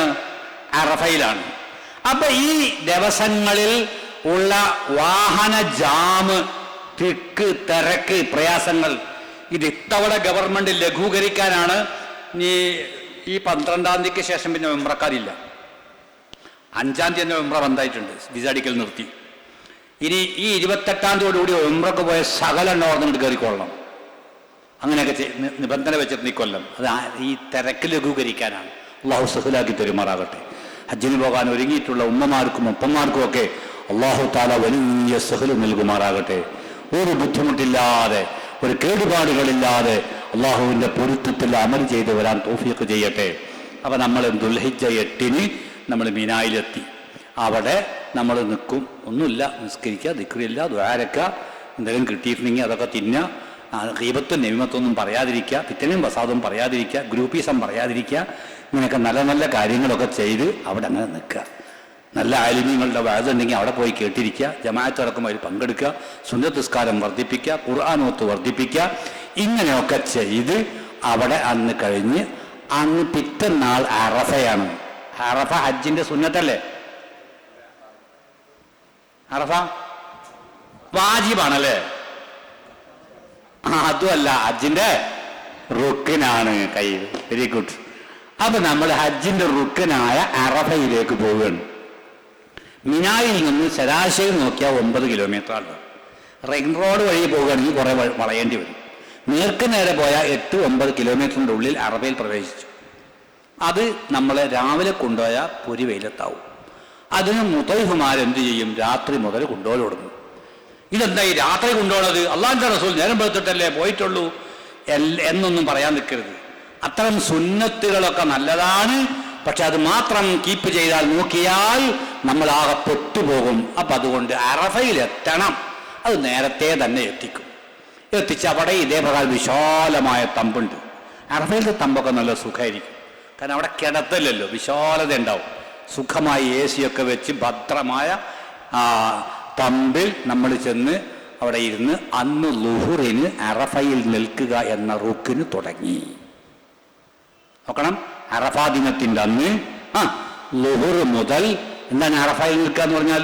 അറഫാ ദിനത്തിന്റെ അന്ന്, അഥവാ നമ്മൾ ഉദ്ദേശിച്ച ദിവസം ഞായറാഴ്ച, മാസം 9 ഞായറാഴ്ച, അന്ന് ളുഹുർ മുതൽ പിറ്റന്നാൾ സുബ്ഹി വരെ സമയമുണ്ട്. ഇതിനിടയിൽ അറഫാത്ത് എന്ന പ്രദേശത്ത് ഒരല്പസമയം നമ്മൾ ഉണ്ടായാൽ ഹജ്ജിന്റെ റുക്കിനായി. അൽ ഹജ്ജ് അറഫ ഖാല റസൂലുള്ളാഹി. ഹജ്ജിന്റെ മുഖ്യ ഘടകങ്ങളിൽ അതിപ്രധാനപ്പെട്ടതാണ് അറഫ. അത് നഷ്ടപ്പെട്ടാൽ പരിഹരിക്കാൻ ഒരു വകുപ്പുമില്ല. അതാണ് ഇതിൻ്റെ അർത്ഥം. അപ്പം അത് കഴിഞ്ഞ് നമ്മൾ അവിടുന്ന് മഗ്‌രിബിന് ശേഷമൊക്കെ നമ്മൾ അവിടുന്ന് പോരുക. ട്രെയിനിൽ കയറുന്നവരുണ്ട്, ബസ്സിന് പോരുന്നവരുണ്ട്. ട്രെയിൻ നമുക്ക് ഇഷ്ടംപോലെ ചെല്ലാൻ പറ്റൂല. ട്രെയിൻ യാത്ര ചെയ്യുന്നവർക്ക് കമ്പനി കൊടുത്ത പ്രത്യേക ഒരു ടിക്കറ്റ് ഉണ്ടാവും. ടിക്കറ്റ് ഒരു വളയാണ്. ആ വള ബാർകോഡ് ഉണ്ടാവും. അത് സ്കാൻ ചെയ്തവർക്ക് മാത്രമേ ട്രെയിനിൽ കയറാൻ പറ്റുള്ളൂ. ട്രെയിനിൽ കയറിയാൽ അറഫയിൽ നിന്ന് മുസ്ദലിഫയിലെത്താൻ 3 മിനിറ്റ് മതി. പക്ഷെ ട്രെയിനിലേക്ക് കയറാൻ 4 മണിക്കൂർ ക്യൂ നിൽക്കണം. എവിടെയാണോ റെയിൽവേ സ്റ്റേഷൻ അങ്ങോട്ട് നടക്കാൻ വേണം. ബസ്സാവുമ്പോഴോ നമ്മൾ നിൽക്കണ ആ തമ്പിൻ്റെ അടുത്ത് തന്നെ ബസ് ഉണ്ടാവും. കുറച്ച് നേരം കാത്തു നിന്നാലും ഇടിച്ച് കയറി അങ്ങോട്ട് കയറി പോരാ നമുക്ക്. ആ പോരുന്നതോ ചിലപ്പോൾ വേഗം പോരും, അല്ലെങ്കിലോ ഈ അറഫേന്ന് മുസ്ദലിഫയിലേക്ക് എത്താൻ 4-5 കിലോമീറ്ററാണ്. അത് മിനിമം 5 മണിക്കൂറേനും ചിലപ്പോൾ എടുക്കും, ചിലപ്പോൾ 1/4 മണിക്കൂർ കൊണ്ട് എത്തും. അള്ളാഹു സഹലാക്കി തരട്ടെ എന്ന് പറയുന്നത് ഇതുകൊണ്ട്. അറഫ മിന മുസ്ദലിഫയിലേക്കൊക്കെ പോകുമ്പോൾ ബദരീങ്ങളുടെ പേരിൽ നമ്മളെ മശായിഖന്മാരുടെ പേരിൽ നന്നായി മനസ്സ് പൊട്ടി യാസീനൊക്കെ ഓതി, റബ്ബേ നിന്നെ കണ്ട് ഞാൻ വരികയാണ്, നീ എനിക്കത് സഹലാക്കി എളുപ്പമാക്കി നിന്റെ കാവലിലാക്കി തരണം എന്ന് ദ്വാരക്കലല്ലാതെ ഒരാളെ മികവും അവിടെ ഒന്നും നടക്കൂല. നമ്മൾ ആരെ മികവ് നടക്കൂല. എല്ലാം നമ്മളുടെ പ്രതീക്ഷകൾക്ക് അപ്പുറത്തായിരിക്കും. മുത്തൈഫുമാർ നമ്മളെ ഇത് കാശ് വാങ്ങുന്നുണ്ട്. ആ കാശ് വാങ്ങിയിട്ട് നമ്മളെ കൊണ്ടുപോയി ബിനയിൽ ഇറക്കിയിട്ടുണ്ട് സുഖമായിട്ട്. ബിനയിൽ നിന്ന് അറഫയിൽ കൊണ്ട് തട്ടും. അറഫയിൽ നിന്ന് പിന്നെ കൊണ്ടുപോകേണ്ടത് അവരാണ്. പക്ഷെ അവർക്ക് അധികം ബസ്, ഒരു ട്രിപ്പ് ബസ് അങ്ങോട്ട് മുസ്ദലിഫയിലേക്ക് പോയാൽ അത് ചിലപ്പോൾ ഇങ്ങോട്ട് തിരിച്ചു വരാൻ കഴിയാതെ വരും. അങ്ങനെ വരാൻ കഴിയാതെ വന്നാൽ ഇവിടെ ബാക്കിയുള്ളവരിവിടെ നിൽക്കുക തന്നെ. ഇങ്ങനെ ഗതികെട്ട ദിവസമാണത്. അദാബിന്റെ ഇടങ്ങേറാണെന്ന്. അതൊക്കെ നമ്മൾ സഹിക്കുക എന്നതല്ലാതെ വേറൊരു വഴി ഉണ്ടാവില്ല. ആ സമയത്ത് ഗ്രൂപ്പിനെ കുറ്റം പറഞ്ഞിട്ട് കാര്യമില്ല, ഉസ്താദിനെ കുറ്റം പറഞ്ഞിട്ട് കാര്യമില്ല, ഗവൺമെന്റിനെ കുറ്റം പറഞ്ഞിട്ട് കാര്യമില്ല, ആരെ പറഞ്ഞിട്ടും കാര്യമില്ല. ഇതിൻ്റെ ഒരു സ്വഭാവമാണ്. അവിടെ നിയന്ത്രിക്കുന്നത് മുഴുവൻ പോലീസുകാരാ. ചെറിയ ചെക്കന്മാരായിരിക്കും പോലീസ്, എന്നാലും അവർക്ക് ഭയങ്കര പവറാണ്. ഒരിക്കൽ ഞാൻ എൻ്റെ അജയമാരെ കൊണ്ട് പോവുക. മുസ്ദലിഫ എത്താനായിട്ടുണ്ട്. എത്താനായപ്പോൾ തുടങ്ങിയിട്ട് അവർ റൂട്ട് മാറ്റിക്കുകയാണ്. അവർ പറഞ്ഞ റൂട്ടിൽ പോയാൽ മുസ്ദലിഫെ കയറൂല. അസീസിയെ കൂടെ വേറെ വഴി കഴിഞ്ഞാൽ പോവുക. മുസ്ദലിഫെ കയറാൻ ഞാൻ മുസ്ദലിഫ രാപ്പാർക്കൽ നമുക്ക് കിട്ടൂല. അപ്പം എന്തു ചെയ്യും? ആര് നോക്കിയാലും ഏത് പോലീസാണ് നോക്കിയാലും ഇങ്ങനെ തിരിച്ചു വിടുക. അവസാനം ഒരുത്തൻ്റെ കൽബിന് ഒരു മയം തോന്നി ഞങ്ങളെ മുസ്ദലിഫേക്കുള്ള റോട്ടിലേക്ക് തിരിച്ചു വിട്ടു. തിരിച്ചു വിട്ടപ്പോൾ നോട്ട് ലൈനായിട്ട് ബസ് കിടക്കുകയാണ്, അരിച്ചരിച്ച് പോവുകയാണ്. അപ്പം ഇവിടെ മുസ്ദലിഫിൻ്റെ ബോർഡറിലേക്ക് അങ്ങോട്ട് കയറിയാൽ മതി. കയറിയിട്ട് അവിടെ എവിടെന്നെങ്കിലും കല്ലെടുക്കണമല്ലോ. ആ കല്ലെടുക്കാൻ വേണ്ടി ഒരു പോലീസുകാരൻ ആര് വന്നാലും തട്ടും, ഡ്രൈവറെ തട്ടും. അങ്ങനെ ഞാനൊന്ന് ഇറങ്ങി ചെന്നിട്ടേ അയാളൊന്ന് സൂപ്പിട്ട് സംസാരിച്ചതാ. ഞാൻ ഇറങ്ങി ചെന്നത് അള്ളാഹു റഹം വാൽദയിക്കുന്നു. അത് പറഞ്ഞാൽ ആൾക്ക് കുറച്ചൊരു റഹ്മത്തുണ്ടാവും. നിങ്ങളെ മാതാപിതാക്കൾക്ക് അള്ളാഹ് റഹ്മത്ത് ചെയ്യട്ടെ. അശ്രദ്ധത്തിക്ക ഹന്നി ഒരു 10 മിനിറ്റ് ഒന്ന് വിട്. ഇയാളെന്താ, ഇയാൾ ഡ്രൈവറെ എടുത്ത് വരിക, ഡ്രൈവറെ വടി കൊണ്ട് അടിക്കുക, മംനുൽ വഖൂഫ്, നിർത്താൻ പാടില്ല ഇതന്നെ ഇയാൾ പറഞ്ഞെടുക്കണേ. അതിൻ്റെ ഇടയിൽ കൂടെയാണ് ഞാൻ ഇറങ്ങി ചെന്നത് ഇയാളോട് ഇങ്ങനെ ചുണ്ടുപിടിച്ചിട്ട് ഇങ്ങനെ പറഞ്ഞത്. അപ്പം ഇയാൾ എന്താ ചെയ്തതെന്നറിയോ? അയാൾ എൻ്റെ ചെവി ഇങ്ങോട്ട് പിടിച്ചിട്ട് തൊള്ളേക്കാണ്ട് വെച്ചിട്ട് മമ്മൂ എന്ന് പറഞ്ഞു. ഇതാണ് അവിടുത്തെ പോലീസ്. നല്ല വിലയാണ്. പിന്നെ നമ്മൾ എന്തു ചെയ്യും? നമുക്കൊന്നും ഭരിക്കാമല്ല. മുസ്ദലിഫ കിട്ടിയാലോ, മുസ്ദലിഫയിൽ അല്പസമയം ഉണ്ടായാൽ മുസ്ദലിഫ ദാപ്പാർക്കലായി. അപ്പം നമ്മൾ അറഫ എന്ന രാത്രി ദിക്ർ ദുആ ഒക്കെ കഴിഞ്ഞ് പോരുകയാണ്. പകലാണ് ദിക്ർ ദുആ. അല്പം കൂട്ടമായും ഒക്കെ ഉസ്താദന്മാർ ദിക്ർ ദുആ ഒക്കെ നടത്തി ഒരല്പസമയം വെയിലത്തിറങ്ങി നിന്ന് ഒറ്റക്ക് ദുആരന്ന് സങ്കടപ്പെട്ട് അള്ളാഹുവിൻ്റെ മുമ്പിൽ നമുക്ക് പറയാനും പൊറുക്കലിന് തേടാനും സങ്കടപ്പെടാനും വിതുമ്പാനും എല്ലാം പറ്റിയ ദിവസമാണത്. അറഫയിലെത്തിയാലേ നിങ്ങളുടെ കുടുംബാദികളൊക്കെ ഒന്ന് വിളിക്കണം കേട്ടോ. അപ്പോൾ മൊബൈൽ ഫോണൊക്കെ എല്ലാവർക്കും ഉപയോഗിക്കാമല്ലോ. പെങ്ങന്മാരെയും ചേട്ടന്മാരെയും വാപ്പാനെയും ഉമ്മാനെയൊക്കെ ഒന്ന് വിളിച്ച് ഞാൻ അറഫയിലാണ് ഉള്ളത്, ഇന്നാണ് ഹജ്ജിൻ്റെ പ്രധാന ദിവസം, വാപ്പ ദ്വാരക്കണം, ഉമ്മ ദ്വാരക്കണം, പെങ്ങന്മാടി എടി നിന്നോട് ഞാൻ വല്ല വിഷമമൊക്കെ ഉണ്ടെങ്കിൽ നീ പൊരുത്തപ്പെടണം, അടിയന്മാരെയൊക്കെ ഒന്ന് വിളിച്ച് എല്ലാവരെയും ഒന്ന് സന്തോഷിപ്പിക്കണം. ചില പെങ്ങന്മാരും അടിയന്മാരും ഇങ്ങനെ കൊമ്പ് ഓർത്തയാതി ഉണ്ടാവും. ഓ അറഫേന്നൊരു ഫോണ് പോയോളെ പണിയുണ്ടൊന്നും കാക്കാം അല്ലേ, അതും പ്രതീക്ഷിക്കണ്ടേ. എന്നാലും മൻ മൻ വസല വസലഹുല്ല, ആരാണോ ബന്ധം ചേർത്താൻ ശ്രമിച്ചത് അള്ളാഹു അവർക്ക് റഹ്മത്ത് കൊണ്ട് ചേർത്തി കൊടുക്കും. യാത്ര പോകുന്നതിന് മുമ്പ് തന്നെ എല്ലാ കുടുംബ തകർച്ചകളോ വഴക്കുകളോ ഒക്കെ ഉണ്ടെങ്കിൽ, ഹക്കടപാടുണ്ടെങ്കിൽ അതൊക്കെ ഒന്ന് പറഞ്ഞു തീർക്കണം, കൊടുത്തു തീർക്കണ്ടേന് അവധി വാങ്ങണം, ഇതൊക്കെ ചെയ്യേണ്ടതാണ്. അപ്പം ആ കൂട്ടത്തിൽ പിന്നെ നമ്മുടെ പെങ്ങന്മാരായിട്ടോ അലിയന്മാരായിട്ടോ അല്ലെങ്കിൽ നാട്ടുകാരായിട്ടൊക്കെ വല്ല വിഷമോ മശക്കത്തോ ഒക്കെ ദീനിയായ കാര്യങ്ങൾക്കല്ലാതെ മറ്റെന്തെങ്കിലും നമ്മുടെ ഇഹലോകത്തിൻ്റെ കാര്യങ്ങൾക്ക് വേണ്ടി ഉണ്ടെങ്കിൽ അതൊക്കെ ഒന്ന് പറഞ്ഞ് പൊരുത്തപ്പെടിപ്പിക്കണം. അതതിൻ്റെ പ്രധാന ഘടകമാണ്. ഇത് തന്നെ മുമ്പൊരു ഹജ്ജ് ക്ലാസ് പറഞ്ഞപ്പോൾ ഒരു കാക്ക എഴുന്നേറ്റിട്ട് എല്ലാ പാടെ പൊരുത്തപ്പെടിപ്പിച്ചിട്ടൊന്നും പോകാൻ കഴിയില്ല എന്ന് പറഞ്ഞു. ഞാൻ പറഞ്ഞു വേണമെന്ന് വിചാരിച്ചാൽ വേറുമ്പോഴും കഴിക്കും, നിങ്ങൾക്ക് വേണമെന്നുണ്ടെങ്കിൽ നടക്കുമെന്ന് പറഞ്ഞു. അപ്പം ഇയാൾ മക്കളേറ്റ് ഭയങ്കര കൊസറക്കൊള്ളിയാണ്. മക്കളോട് പറഞ്ഞിട്ടില്ല വാപ്പ ഹജ്ജിന് പോണത്, മക്കൾ അറിഞ്ഞിട്ടുണ്ട്. ഞാനെന്തിന് പറയണം, ഞാനവരോട് പറയില്ല, ഞാനെന്തിന് അങ്ങോട്ട് താന്നു കൊടുക്കണം എന്നുള്ളൊരു അങ്ങനെയല്ല. വാപ്പമാരങ്ങനെയല്ല, മക്കളോട് താന്നു കൊടുക്കാൻ ചെറിയ പ്രയാസം ഉണ്ടാവുമല്ലോ. അങ്ങനെ നമ്മളെ ദേവർശോല ഉസ്താദ് ദർശനം നടത്തുന്ന സ്ഥലത്താണ്. അങ്ങനെ പിന്നെ ഈ മക്കൾ ദേവർശോലിൻ്റെ അടുത്ത് വന്നിട്ട് പറഞ്ഞു, വാപ്പ ഹജ്ജിന് പോകാനൊക്കെ അടുത്തായി, പോകേണ്ടതെന്ന് കേൾക്കുന്നുണ്ട്, ഞങ്ങളോടൊന്നും പറഞ്ഞിട്ടില്ല, പറയേണ്ട കാര്യമില്ല, ഞങ്ങൾക്കൊന്ന് അങ്ങോട്ട് ചെല്ലാൻ അനുവാദം തന്നാൽ മതി എന്നാണ്. പാപ്പൻ്റെ അടുത്തേക്കൊന്ന് ചെല്ലാനൊരു അനുവാദം വാപ്പ തന്നാൽ മതി. അങ്ങനെ അയാൾ തയ്യാറായില്ല. ഇങ്ങനെ ദേവർശോലനെ ഞാൻ മിനയിൽ വെച്ച് കണ്ട്, മിനയിൽ നിന്ന് മുമ്പിൽ പറഞ്ഞു, സാറേ അന്ന് നിങ്ങൾ സംസാരിച്ചപ്പോൾ ചോദിച്ച ആളില്ലേ, അയാൾ ഹജ്ജിൽ വന്നിട്ടില്ല കേട്ടോ എന്ന് പറഞ്ഞു. എന്തേ? അയാൾ യാത്രൻ്റെ തലേ ദിവസം ഗുരുവായൂർ വെച്ച് ആക്സിഡൻ്റായി ആശുപത്രിയിലായി എന്ന് പറഞ്ഞു. ഞാൻ പറഞ്ഞല്ലോ, വലിയ കുന്നമനയുള്ള മനസ്സല്ല പടച്ചവൻ അങ്ങോട്ട് ക്ഷണിച്ചത്, നോർമലായ നിർമ്മലമായ ഒരു പകയില്ലാത്ത മനസ്സുകളെയാണ് അള്ളാഹു ക്ഷണിച്ചിട്ടുള്ളത്. എന്നിട്ട് അവരെ കൊണ്ടുപോയി കിടത്തുന്നത് ഈ മണ്ണിലാണോ, ഈ 60 സെന്റിമീറ്റർ ബെഡിലാണോ? എന്താ അതിനൊക്കെ തയ്യാറാണെങ്കിൽ ഇങ്ങോട്ട് വന്നാൽ മതി. പാവങ്ങളെ വിളിച്ചിട്ടില്ല, പണക്കാരെ മാത്രമേ വിളിച്ചത്. പണക്കാരനെയാണ് വിളിച്ചത്, അവനെയാ കൊണ്ടുപോയി കിടത്തുന്നത്. അപ്പൊ അതിന് പാകപ്പെട്ടൊരു മനസ്സുണ്ടാകണം. ആ മനസ്സിലെ അറഫയിൽ നേരത്തെ എത്തിയാൽ ഇവരൊക്കെ ഒന്നുകൂടി ഒന്ന് ഫോൺ ചെയ്ത് അപ്പം എന്ത് സന്തോഷം ഉണ്ടാവും. വാപ്പിച്ചി അറഫേന്ന് വിളിച്ചു എന്ന് മക്കൾക്ക് എന്ത് സന്തോഷം ഉണ്ടാവും. എൻ്റെ ആങ്ങള എന്നെ അറഫേന്ന് വിളിച്ചു, കാക്കയെ ദ്വാരക്കനിട്ടാ എന്നൊക്കെ ഇവരിങ്ങനെ പറയുമ്പോൾ എന്ത് സന്തോഷം ഉണ്ടാവും. അതൊക്കെ നിങ്ങൾ ചെയ്യണം. അതൊക്കെ അതിൻ്റെ പൊരുത്തത്തിൽപ്പെട്ടതാണ്. നേരെ മറിച്ചും ഉണ്ടാവും, ഓഹോ അയാൾ ഒരു ഹജ്ജ്, അയാളൊരു ഹാജിയർ, അറഫേന്നൊരു ഫോണ് എന്ന് പറയുന്ന ആരെങ്കിലും ഈ കുടുംബ ബന്ധങ്ങളിലുണ്ടെങ്കിൽ അത് നമ്മൾ പരിഗണിക്കേണ്ട. മൻ വസല, അതാണ് റസൂലുള്ളാഹി തങ്ങൾ പറഞ്ഞ മൻ വസല, ആരാണോ ബന്ധം അങ്ങോട്ട് ചാർത്താൻ ശ്രമിച്ചത് വസലഹുല്ലാ, അള്ളാഹു അവന്റെ റഹ്മത്ത് കൊണ്ട് അയാളെ കൂട്ടിപ്പിടിക്കും. ഒമൻ ഖതഅ, ഇയാള് ഫോൺ ചെയ്തപ്പോൾ മറുഭാഗത്ത് റിസീവർ എടുത്ത ആള് എന്നിട്ട് കൊസറക്കൊള്ളി പറഞ്ഞവനാണ്, അവൻ ഈ ബന്ധത്തെ മുറിച്ചു കളയാൻ ശ്രമിച്ചവനാണെങ്കിൽ അള്ളാഹുവിന്റെ റഹ്മത്തിൽ നിന്ന് അയാളെ വെട്ടിമുറിച്ചു കളയും. അള്ളാഹു നമ്മളെല്ലാവരെയും നന്നാക്കി തെരുമാറാകട്ടെ. അങ്ങനെ അറഫയിൽ ദിക്റ് ദുആ കഴിഞ്ഞ് രാത്രിയും അല്പം നിക്കൽ നല്ലതാണ്, സുന്നത്താണ്. അപ്പം മഗ്‌രിബിന് ശേഷം നമ്മൾ അവിടുന്ന് പോരുകയാണ്. ബസ്സിനാണെങ്കിൽ ബസ്സിന്, ട്രെയിനിനാണെങ്കിൽ ട്രെയിൻ.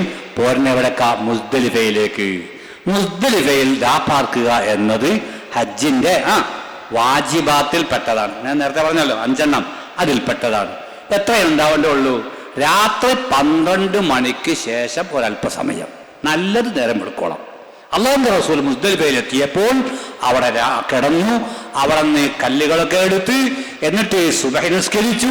സൂര്യൻ ഉദിച്ചു വരുമ്പോൾ അല്ലാഹുവിന്റെ റസൂൽ മശ്അറുൽ ഹറാം എന്ന ചെറിയൊരു കുന്നുണ്ട്, അവിടെ വെച്ചുകൊണ്ട് നബിയും സ്വഹാബികളൊക്കെ ദ്വാരന്ന് അവർ നിന്നാണ് മിനായിലേക്ക് പോയത്.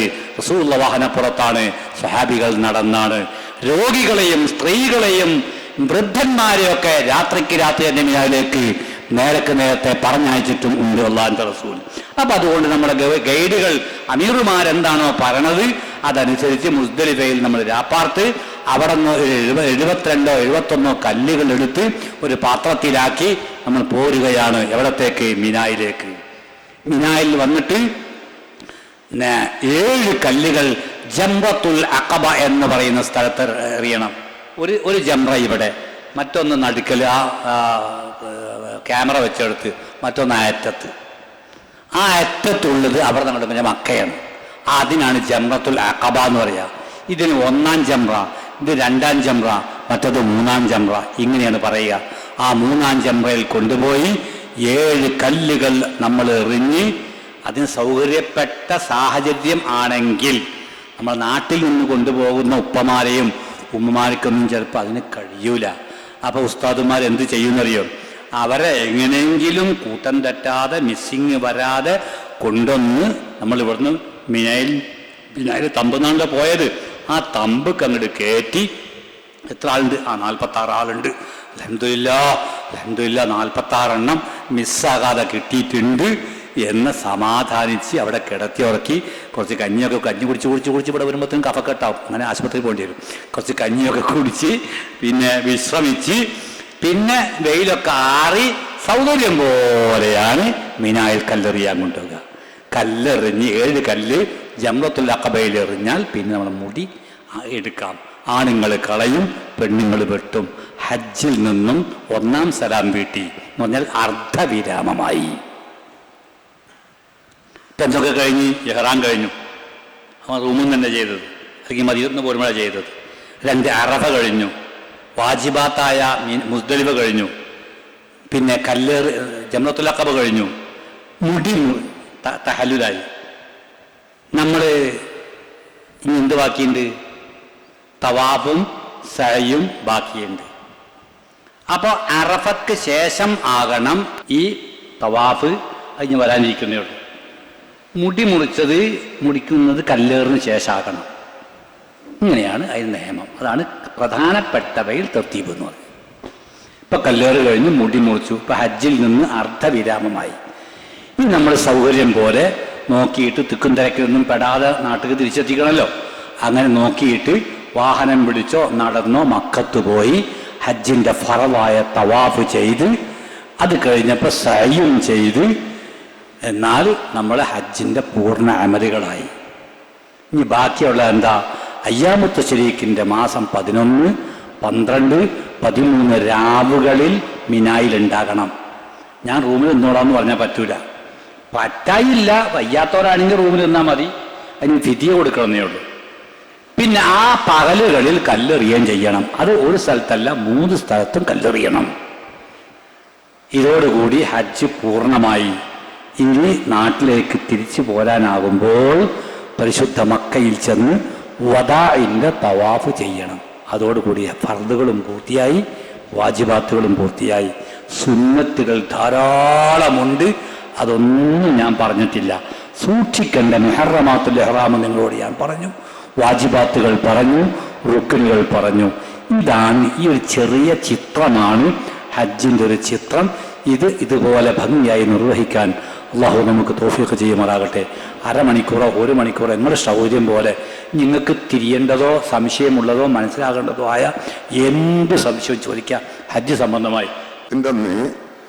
എറിയുമ്പോൾ ലോറിന്റെ മുമ്പാണ് എന്നൊക്കെ ഇവിടെ നമ്മൾ മുൻകാലങ്ങളിലൊക്കെ അങ്ങനെ ഇതായിട്ടുണ്ട്. അപ്പൊ ഉസ്താദ് ഇപ്പൊ പറഞ്ഞത് ലോറിന്റെ ശേഷം എറിയാന്നുള്ളതാണ്. അപ്പൊ അതിനെപ്പറ്റി വിശദീകരിച്ചാൽ തർക്കമില്ല. അത് നല്ലൊരു ചോദ്യമാണ്. ഹലോ, കയ്യിലുള്ള ആ ക്ലാസ്സും നടക്കണം, ഈ ക്ലാസ്സും നടക്കണം. രണ്ട് ക്ലാസ്സും നടക്കണം. ചായ ക്ലാസ്സും വേണം, ഹജ്ജ് ക്ലാസ്സും വേണം. പിന്നെ ജംറത്തുൽ അഖബയെ എറിയേണ്ടത് ളുഹറിന് മുമ്പല്ലേ എന്നാണ് ചോദ്യം. ഏറ് ജംറത്തുൽ അഖബ പെരുന്നാളിൻ്റെ അന്നത്തെ ഏറ്, മാസം 11-ന്റെ ഏറ്, 12-ന്റെ ഏറ്, 13-ന്റെ ഏറ്, ഈ 4 ദിവസത്തെ ഏറിനും വിശാലമായ സമയമുണ്ട്. അദാഇന്റെ സമയമുണ്ട്, ഖളാഇന്റെ സമയമുണ്ട്. ഇപ്പൊ നമ്മൾ അസർ ബാങ്ക് കൊടുത്തു, ഇപ്പൊ അസർ അദാഇന്റെ സമയമാണ്. മഗ്രിബ് ബാങ്ക് കൊടുത്താൽ ഖളാ ആയിപ്പോയി. എന്ന മാതിരി ഏറെ സമയം ഖളാ ആകുന്നത് അവസാനത്തെ ദിവസം മാസം 13-ന്റെ മഗ്രിബോട് കൂടിയാണ്. അപ്പൊ ഒരാൾക്ക് പെരുന്നാളിൻ്റെ അന്ന് എറിയാൻ പറ്റിയില്ല, പിറ്റേ ദിവസം എറിയാൻ പറ്റിയില്ല, പിറ്റേ ദിവസം എറിയാൻ പറ്റിയില്ല. എല്ലാ ദിവസത്തെ ഏറും പാടെ ലാസ്റ്റ് ദിവസം പോയി എറിഞ്ഞാലും മതി. പിന്നെ പെരുന്നാളിൻ്റെ അന്ന്, നിങ്ങൾക്കറിയാൻ പറഞ്ഞ പെരുന്നാളിൻ്റെ അന്ന് സുബഹയുടെ മുമ്പേ പാതന സമയം തുടങ്ങി.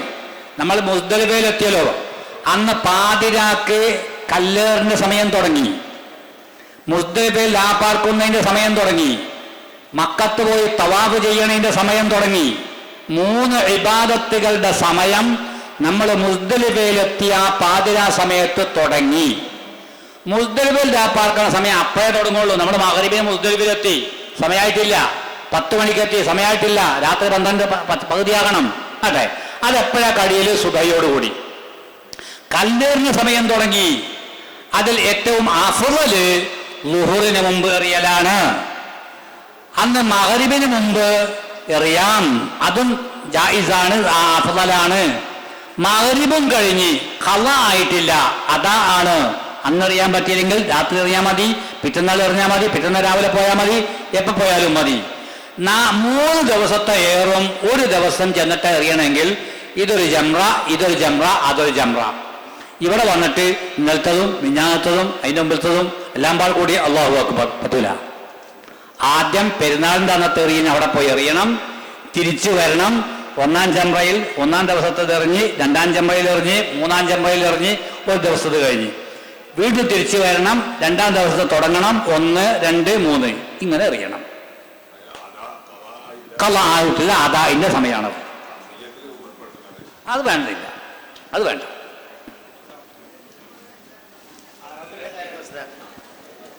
അറവ് എങ്ങനെ അറക്കാൻ സൗകര്യപ്പെടും? എങ്ങനെ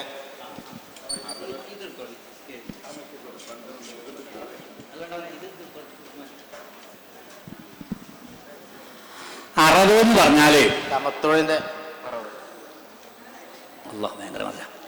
അറവ് എന്ന് പറഞ്ഞാൽ തമത്തുഴിന്റെ അറവ്, പിന്നെ ഫിദിയയുടെ അറവ്, ഇങ്ങനെ 2-3 ജാതി. ഉളുഹിയ്യത്തിന്റെ അറവ്, പല ജാതി അറവും ഹജ്ജിന് പോയവർക്കുണ്ട്. ഉളുഹിയ്യത്ത് ഇഷ്ടമുണ്ടെങ്കിൽ സുന്നത്താണ്, അവിടെയും നടത്താം ഇവിടെയും നടത്താം. തമത്തു എന്ന് പറഞ്ഞാൽ നമ്മൾ ആദ്യം ഉംറ ചെയ്ത് പിന്നെ ഹജ്ജ് ചെയ്യുന്ന രൂപമാണല്ലോ. ആ രൂപത്തിൽ ചെയ്യുമ്പോൾ അതിനു വേണ്ടി ഒരറവ് നിർബന്ധമാണ്. പക്ഷെ അറവ് ഒഴിവാകുന്ന രൂപവും ഉണ്ട്. അതെന്താ? എന്തിനാണ് ഈ അറവ് വന്നത്? മൃഗത്തെ അറക്കൽ വന്നത് എന്തിനാ? ഹജ്ജിന് നിശ്ചയിച്ച മീഖാത്തിൽ നിന്നും ഹജ്ജിന് ഇഹ്റാം കെട്ടിയില്ല എന്നുള്ളതാണ്. നമ്മൾ മീഖാത്ത്, നമ്മൾ ഇവിടുന്ന് വിമാനത്തിന് പോകുമ്പോൾ, ഗൾഫ് രാജ്യങ്ങളിൽ നിന്ന് വിമാനത്തിന് വരുമ്പോൾ, നിങ്ങൾ സൗദി അറേബ്യയിലൊക്കെ ജോലി ചെയ്ത് ജീവിച്ചവർ കുറേ ഉണ്ടാവുമല്ലോ ഇതിനകത്ത്. നിങ്ങൾ മക്കത്തുനിന്ന് അൽസൈൽ റോഡിന് പോവുക. അസൈൽ റോഡിന് പോയിട്ടുണ്ടെങ്കിൽ കുറേ അങ്ങോട്ട് ചെല്ലുമ്പോൾ മീഖാത്ത് കാണാം. നമ്മളെ മീഖാത്ത് യലംലം, അത് ചെങ്കടലിന്റെ തീരത്താണ്.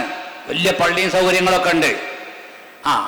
പിന്നെ അങ്ങനെ പോകുന്ന വഴിയിലാണ്. അപ്പൊ ആകാശ ലൈനിലോ കപ്പൽ വഴിയോ വരുമ്പോൾ ഈ മീഖാത്ത് കഴിഞ്ഞിട്ടാണ് ജിദ്ദ എയർപോർട്ടുള്ളത്. കപ്പൽ വഴിയാണെങ്കിലും സീപോർട്ട് കിടക്കുന്നതും എയർപോർട്ട് കിടക്കുന്നതും ജിദ്ദയിലാണ്. ഇത് കഴിഞ്ഞ് കുറെ ഓടിയിട്ടാണ് അത് മീഖാത്ത് കഴിഞ്ഞ് ഓടിയിട്ടാണ് പോർട്ടുള്ളത്. അപ്പൊ ഈ മീഖാത്തിൽ നിന്നാണ് ഇഹ്റാം കെട്ടേണ്ടത്. അവിടെ എത്തുമ്പോൾ നമുക്ക് അസൗകര്യം. അവിടെ എത്തിയിട്ട് ഇഹ്റാം കെട്ടാന്ന് പറഞ്ഞാൽ എന്തിനു അർത്ഥം എന്തേ ഉള്ളൂ?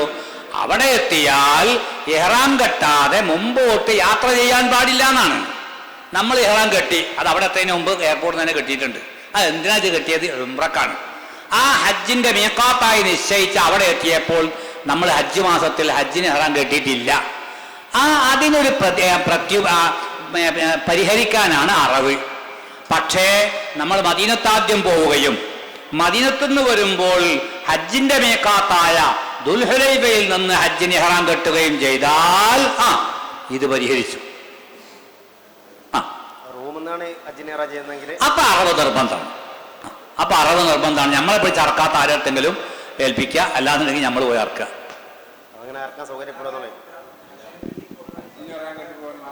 16,000 രൂപ ഗവൺമെന്റില് അത് ഇക്കൊല്ലം അത് ഓപ്ഷൻ ആക്കിയല്ലോ. ഇക്കൊല്ലം അത് ഓപ്ഷൻ ആക്കിയിട്ടുണ്ട്. നിർബന്ധം ഇല്ല. വേണമെങ്കിൽ നിങ്ങൾക്ക് കെട്ടാം, അല്ലെങ്കിൽ ഒഴിവാക്കാം. ഒഴിവാക്കാനുള്ള അപേക്ഷ കൊടുത്തവർക്ക് കാശ് മടക്കി കൊടുക്കണമുണ്ട്.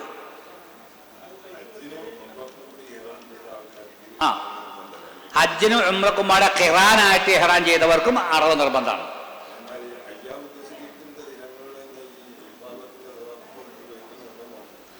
അതായത് അഫ്ളല് അയ്യാമുത്ത് ശരീഖ് പെരുന്നാളിന്റെ അന്നാണ്. അത് നമ്മളെ കൊണ്ട് എന്തായാലും കഴിയില്ല. ഗൾഫിൽ നിന്നൊക്കെ പോണ കേരളക്കാർക്ക് പറ്റും. ആ, പിന്നെ ഉള്ളത് അയ്യാമുത്ത് ശരീഖിന്റെ ദിവസങ്ങളിൽ ആയിരിക്കുക എന്നാണ്. അത് എല്ലാവരും കൂടി ചെയ്യിപ്പിക്കും. അയ്യാമുത്ത് ശരീഖും വിട്ട് ബന്ധിക്കൽ കറാഹത്താണ്. അത്രേ ഉള്ളൂ. ഹജ്ജിന്റെ ഫറലായ തവാഫ് തുടങ്ങിയത് എപ്പോഴാ? സമയം മുസ്ദലിഫയിൽ വെച്ചിട്ട്. കഴിയുന്നത് എപ്പോഴാ? ഒരു മനുഷ്യന്റെ പുരുഷായുസ് മുഴുവനുണ്ട്. ഒരാൾ അറബൊക്കെ കഴിഞ്ഞ് മിനയിൽ വന്ന് പിന്നെ ആശുപത്രിയിൽ അഡ്മിറ്റായി. 4 ആഴ്ച കഴിഞ്ഞിട്ട് ആശുപത്രിയിൽ നിന്ന് പോകുന്നത്. അപ്പം ചെയ്താൽ മതി.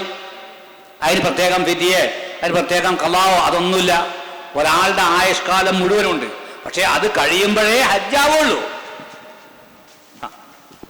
വീട്ടിൽ നിന്നിറങ്ങുമ്പോൾ വീട്ടുകാരോട് യാത്ര പറയേണ്ടത് എങ്ങനെ? കുറേ സമയം കെട്ടിപ്പിടിച്ച് പറയണം. അല്ല, കുറേ സമയം ഏതായാലും കെട്ടിപ്പിടിക്കാൻ പാടില്ല. കുറച്ച് നേരം കെട്ടിപ്പിടിച്ച് പറഞ്ഞാൽ മതി. എന്താ പറയേണ്ടതെന്ന് അറിയോ? അസ്തൗദിഉല്ലാഹ ദീനക വഅമാനതക വഖവാതീമ അമലിക സവ്വദകല്ലാഹു തഖ്വാ സവ്വദകല്ലാഹു തഖ്വാ ഇദാ സവ്വദകല്ലാഹു തഖ്വാ വയസ്സറ ലക്കൽ ഖൈറ ഹൈസുമാ കുൻത. ഇതാ യാത്ര പറയുമ്പോൾ ചെല്ലാൻ റസൂൽ പഠിപ്പിച്ച ദിക്ർ. തവാഫിനെ പറ്റി ഒന്നും ഞാൻ പറഞ്ഞിട്ടില്ല കേട്ടോ. തവാഫ് എന്നാണ് പറഞ്ഞു പോയിട്ടുള്ളൂ. അതൊക്കെ നിങ്ങൾ പലവട്ടം പഠിച്ചിട്ടുണ്ടായിരിക്കും. ഞാൻ പഠിപ്പിച്ചുകൊണ്ടുള്ള ക്ലാസ് ആകണമെങ്കിൽ ഏറ്റവും ചുരുങ്ങിയത് ഒരു 8 മണിക്കൂറെങ്കിലും ക്ലാസ് വേണം, രാവിലെയും വൈകിട്ടൊക്കെ പടയിട്ട്. അല്ല പിന്നെ തവാഫ് കാണിച്ച് കാബം പരിചയപ്പെടുത്തി അങ്ങനെ കുറേ കാര്യങ്ങളുണ്ട്. ഞാനൊരു ഓറൽ ഒരു ചെറിയൊരു സ്ട്രക്ചർ നിങ്ങളുടെ കയ്യിൽ തന്നേ ഉള്ളൂ. ആ, ഇരിക്കട്ടെ. അപ്പൊ യാത്ര പറയുമ്പോൾ ഇതാ എന്താ പറയണ്ടത്? അസ്തൗദിഉല്ലാഹ ദീനക വഅമാനതക വഖവാതീമ അമലിക സവ്വദകല്ലാഹു തഖ്വാ. ഇത് പോണ ആളും യാത്ര അയക്കുന്ന പെണ്ണുങ്ങളെ, നിങ്ങൾ അവിടെ ക്ലാസ് നടത്തല്ലേ? സവ്വദകല്ലാഹു തഖ്വാ, അല്ലാഹു തആല തഖ്വ നിങ്ങളെ ഭക്ഷണമാക്കി നൽകട്ടെ. വയസ്സറ ലക്കൽ ഖൈറ ഹൈസുമാ കുൻത, എവിടെയാണെങ്കിലും അല്ലാഹു ഖൈർ നിങ്ങൾക്ക് എളുപ്പമാക്കി തരട്ടെ. ഇതാണ് യാത്ര പറയുമ്പോൾ ചെല്ലേണ്ട ദുആ. അത് അറബി ചെല്ലാൻ കാണാപ്പാടാ ആർക്കും അറിയലുണ്ടാവൂല. അപ്പൊ എന്ത് ചെയ്യാ? ഏടുണ്ടാവും, ഏട് നോക്കി ചെല്ല. ഇല്ലെങ്കിൽ അതിന്റെ അർത്ഥം മീനിങ് അങ്ങോട്ട് പറയാ. മീനിങ് പറഞ്ഞാൽ ദുആയാകുമെങ്കിലും അള്ളാഹുവിന്റെ റസൂൽ പഠിപ്പിച്ച ഈ ദുആ നടത്തുമ്പോൾ കിട്ടുന്ന കൂലി കിട്ടൂല. അറബിന് പൈസ കൊടുത്തത് ഹദിയക്ക് ആണോ? ഉളുഹിയ്യത്തിനൊക്കെ നിർബന്ധമല്ലല്ലോ. അതായത് ഉളുഹിയ്യത്ത് നിർബന്ധമല്ല. ഹദിയ ഗവൺമെന്റിൽ പൈസ അടച്ചത് ഫിദിയക്കാണോ? അത് കുറച്ചൊരു പ്രയാസ. എന്തിന്റെ ഫിദിയ? തമത്തുഇന്റെ ഫിദിയ. ഫിദിയ ഗവൺമെന്റിനെ പൈസ ഏൽപ്പിച്ചിട്ട് എന്ത് കാര്യം? അത് നമ്മൾ ഈ ഫോം പൂരിപ്പിച്ച് ഫോമിൽ ഓപ്ഷൻ ടിക്കറ്റ് കൊടുക്കണേടത്ത് വിവരമുള്ളവരോട് ചോദിച്ച് ചെയ്യാത്തത് കൊണ്ട് വരുന്ന അപകട. ഗവൺമെന്റിന്റെ പൈസ കൊടുത്തിട്ടുണ്ടെങ്കിൽ അവര് ഫിദിയ നമ്മളെ വക്കാലത്തേൽപ്പിക്കല്ലേ, നമ്മൾ ഇറക്കലല്ലോ. ആരെ വക്കാലത്തേൽപ്പിച്ചത്? മോദിനെ, ഇവിടുത്തെ ഗവൺമെന്റ് ഹജ്ജിന്റെ ആളുകളെ. അതുകൊണ്ട് എന്ത് കാര്യം? ജിഹത്തല്ലേ അത്. ഒരു വ്യക്തിയെ സൗദി ഗവൺമെന്റുമായിട്ട് ഒരു ബന്ധമില്ല. വക്കാലത്തൊരു വ്യക്തിയെ വക്കാലത്തേൽപ്പിക്കണം. എൻ്റെ ഫിദി അടക്കാൻ ഞാൻ താങ്കളെ വക്കാലത്തേൽപ്പിച്ചു. വക്കാലത്തൊരു വ്യക്തി ഏൽപ്പിക്കണം. അത് അവരൊരു കാർഡ് തരുമെന്ന്. ആ കാർഡ് എന്ത് കാര്യം? പൈസ കിട്ടി എന്നുള്ളതിന് റെസീറ്റ്. എപ്പോൾ അറക്കും? എൻ്റെ ഹദി എന്നാണ് അറക്കുക, എൻ്റെ ഫിദി എന്നാ അറക്കുക, ഇത് കാണാൻ വരാൻ പറ്റുമോ? നോനോ. ഒന്ന്. രണ്ടാമത്തത്, ഫിദിയ അർത്താൽ നിർബന്ധ അറവാണ്. ആ ഇറച്ചി ഹറമിൽ തന്നെ കൊടുക്കണം. മക്ക ഹറമിൽ തന്നെ വിതരണം ചെയ്യണം. ഉളുഹിയ്യത്ത് അങ്ങനെയല്ല. ഉളുഹിയ്യത്ത് എല്ലാ നാട്ടിലും കൊടുത്തേക്കാം. ഏത് സഖീറത്തായ നാട്ടിലേക്കും ഉളുഹിയ്യത്ത് കൊടുത്തേക്കാം. ഫിദിയ മക്ക ഹറമിലുള്ള പാവങ്ങൾക്ക് കൊടുക്കണം. ഇത് ഇവരിങ്ങനെ അർത്ഥം ഇങ്ങനെ തള്ളണത് മുഴുവനും അങ്ങനെ കണ്ടെയ്നർ കയറ്റിയിട്ട് ഇങ്ങനെ വിവിധ രാജ്യങ്ങളിലേക്ക് അയക്കുക. പ്രത്യേകിച്ച് ഇപ്പൊ ഫലസ്തീനിലേക്കും ഗസയിലേക്കൊക്കെ അയക്കേണ്ടതാണ്. പക്ഷെ ഫിദിയ അയച്ചാൽ നമ്മളെ മദ്ഹബ് പ്രകാരം, നമ്മളെ ഫിഖ് പ്രകാരം അത് സഹിയാവൂല. മാർഗം വേറെ കാശ് കൊടുത്തിറക്കണം. വേറൊരു മാർഗമില്ല. ഈ കാശ് പോയി. ഉസ്താദ് എന്തോ ആയിക്കോട്ടെ. ചിലരെങ്കിലും ഇഫ്രാദായിട്ട് ഹജ്ജ് ചെയ്യുന്നവരുണ്ടാവും. അപ്പോൾ അതിനെ സംബന്ധിച്ചൊന്ന് വിവരിച്ചാൽ നന്നായിരുന്നു. അതായത് ദുൽഹിജ്ജ ഒരു 3-നോ 4-നോ ഒക്കെയാണ് നമ്മൾ ഇവിടുന്ന് പോകണമെന്ന് വിചാരിക്കാം, കേരളത്തിൽ നിന്ന്, സൗദി അറേബ്യ എന്നല്ല. എന്നാൽ പിന്നെ നമുക്ക് ഇവിടുന്ന് പോകുമ്പോൾ ഹജ്ജിന് ഇഹ്റാം കെട്ടി പോയാൽ മതി, അതാണ് അഫ്ളൽ. ഹജ്ജിന് ഇഹ്റാം കെട്ടി നേരെ മക്കത്തെത്തി, എന്നിട്ട് എന്ത് ചെയ്തു, ഖുദൂമിൻ്റെ സുന്നത്തായ ഒരു തവാഫുണ്ട്. നമ്മൾ വീട്ടിലേക്ക് ചെല്ലുമ്പോൾ ഒരു പലഹാരപ്പൊതി കൊണ്ട് ചെല്ലൂലേ, എന്ന മാതിരി കഅബത്തിൻ്റെ അടുത്തേക്ക് ചെല്ലുകയാണ്. എങ്ങനെ ചെല്ലണത്? ഹജ്ജിന് ഇഹ്റാം കെട്ടി ചെല്ലുകയാണ്. ചെല്ലുന്ന എല്ലാവർക്കും ഇല്ല. ഹജ്ജിന് ഇഹ്റാം കെട്ടി മക്കത്തേക്ക് ചെല്ലുന്ന ആളുകൾ കഅബ ശരീഫിന് സമർപ്പിക്കുന്ന തവാഫിന്റെ പേരാണ് ഖുദൂം. ആ ഖുദൂമിന്റെ തവാഫ് ചെയ്താൽ ഹജ്ജിന്റെ ഫറലായ സഅയ് നമുക്ക് ഇപ്പൊ ചെയ്തു വെക്കാം. ഹജ്ജിന്റെ ഫറലായ സഅയ് എപ്പോഴാണ് അതിന്റെ ടൈം? അത് ഫറലായ തവാഫ് കഴിഞ്ഞാലാണ്. പക്ഷേ എന്ത് ചെയ്യാം, ഖുദൂമിന്റെ തവാഫ് കഴിഞ്ഞാലും ചെയ്യാം. അപ്പൊ നമുക്ക് വലിയ സൗകര്യങ്ങളുണ്ട്. തിരക്കില്ലാതെ സഅയൊക്കെ ചെയ്ത് പിന്നെ നമ്മൾ മക്കത്തങ്ങനെ നിന്ന് നേരത്തെ പറഞ്ഞ പോലെ 8-ന് മിനായിൽ പോയി, അറഫയിൽ 9-ന് പോയി, 10-ന് വീണ്ടും മിനായിൽ വന്ന് പിന്നെ സൗകര്യം പോലെ മക്കത്ത് വന്ന് തവാഫ് കഴിഞ്ഞു, ഹജ്ജ് കഴിഞ്ഞു. മുടി മുറിച്ചാൽ ഹജ്ജ് കഴിഞ്ഞു. അതാണ് അഫ്ളലായ രൂപം. എന്നിട്ട് അയ്യാമുത്ത് ശരീക്ക് കഴിഞ്ഞതിന് ശേഷം എൻ്റെ ഹജ്ജൊക്കെ കഴിഞ്ഞല്ലോ, ഇനി മിനാൽക്ക് പോണതിന് മുമ്പ് തന്നെ ഒരു ഉംറക്ക് പോട്ട്, അത് പറ്റില്ല. ഖുദൂമിന്റെ മുഫ്രിദായ ഹാജിക്ക് അയ്യാമുത്ത് ശരീക്കിൻ ദിവസം അഫ്ളൽ മിനായിൽ ഉണ്ടാകലാണ്. അത് കഴിഞ്ഞിട്ടേ അയാൾ ഉംറക്ക് പോകാവൂ.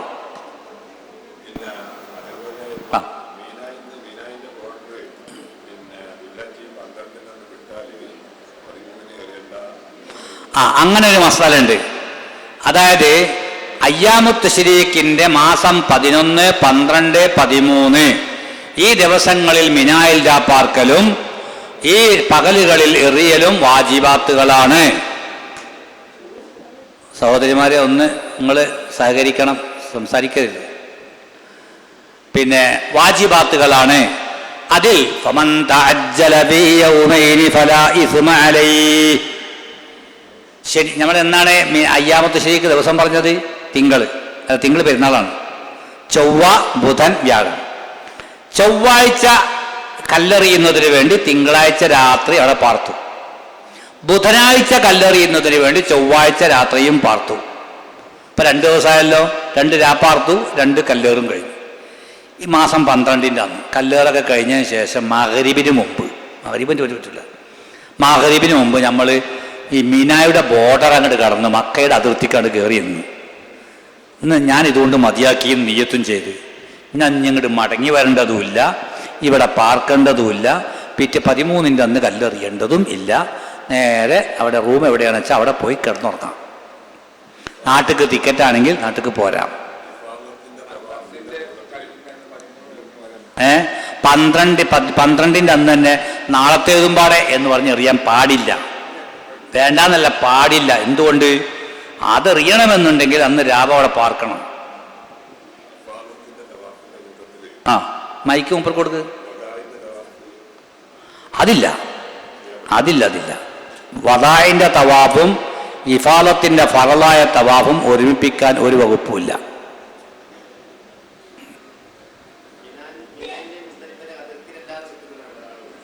അങ്ങനെ അതായത് മിന എവിടെയൊക്കെയാണെന്ന് അതിർത്തി നിശ്ചയിച്ചിട്ടുണ്ട്, അറഫ എവിടെയാണെന്ന് അതിർത്തി നിശ്ചയിച്ചിട്ടുണ്ട്. ഇപ്പൊ പിന്നെന്താന്ന് പറഞ്ഞാൽ ന്യൂ മിന എന്ന് പറഞ്ഞിട്ട് ഒരു മീൻ ഉണ്ടായിരിക്കുന്നു. അത് സത്യത്തിൽ മിനയുടെ അതിർത്തിയിൽ പെട്ടതല്ല. കഴിഞ്ഞ കൊല്ലം കേരളത്തിൽ നിന്ന് പോയ 90% ഹാജിമാരും അവിടെയായിരുന്നു തമ്പ്, ഞാൻ ഉൾപ്പെടെ. പിന്നെ ഇനിയിപ്പോൾ എന്താ അതിന് മസാല ഇപ്പം നിങ്ങൾ ഇവിടുന്ന് പഠിക്കണ്ട. അത് അവിടുന്ന് അങ്ങനെ ആണെങ്കിൽ പോണ ആളുകൾ അവിടുന്ന് പറഞ്ഞു തരും. സൂക്ഷ്മത കുറച്ചും കൂടി ഇങ്ങോട്ട് കിടന്ന് മിനായുടെ ആ സ്ഥലത്ത് തന്നെ താമസിക്കുകയാണ് വേണ്ടത്. അതിന് ഉദ്യോഗസ്ഥന്മാർ മുഖേനയോ പോലീസ് മുഖേനയോ നിൽക്കാനോ ഇരിക്കാനോ കിടക്കാനോ സൗകര്യമില്ലെങ്കിൽ പിന്നെ ന്യൂ മിനയിൽ താമസിക്കാമെന്ന് നമ്മൾ ശാഫിഈ ഫിഖ് അനുവാദം തരുന്നുണ്ട്. അല്ല, മിനയിൽ രാപ്പാർക്കാന്ന് ഞാൻ മുഴലമുല്ലേ. രാത്രി മഗ്‌രിബ് 7 മണിക്ക്, സുബഹി 5 മണിക്ക്. അപ്പം 8, 9, 10, 11, 12, 1, 2, 3, 4, 5 10 മണിക്കൂറുണ്ട്. അപ്പം 5.5 മണിക്കൂറെങ്കിലും നിൽക്കണം.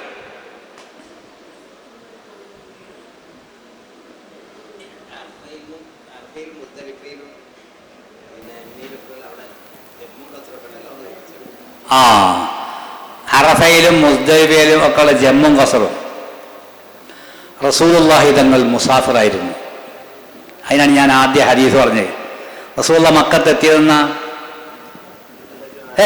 ദുൽഹിജ്ജ 4 ഞായറാഴ്ച. നമ്മൾ ഇവിടുന്ന് ഒരു ബോംബെ യാത്ര പോവുകയാണ്. ബോംബെയിലേക്ക് ചെല്ലുമ്പോൾ നമ്മൾ ഉദ്ദേശം എന്താ?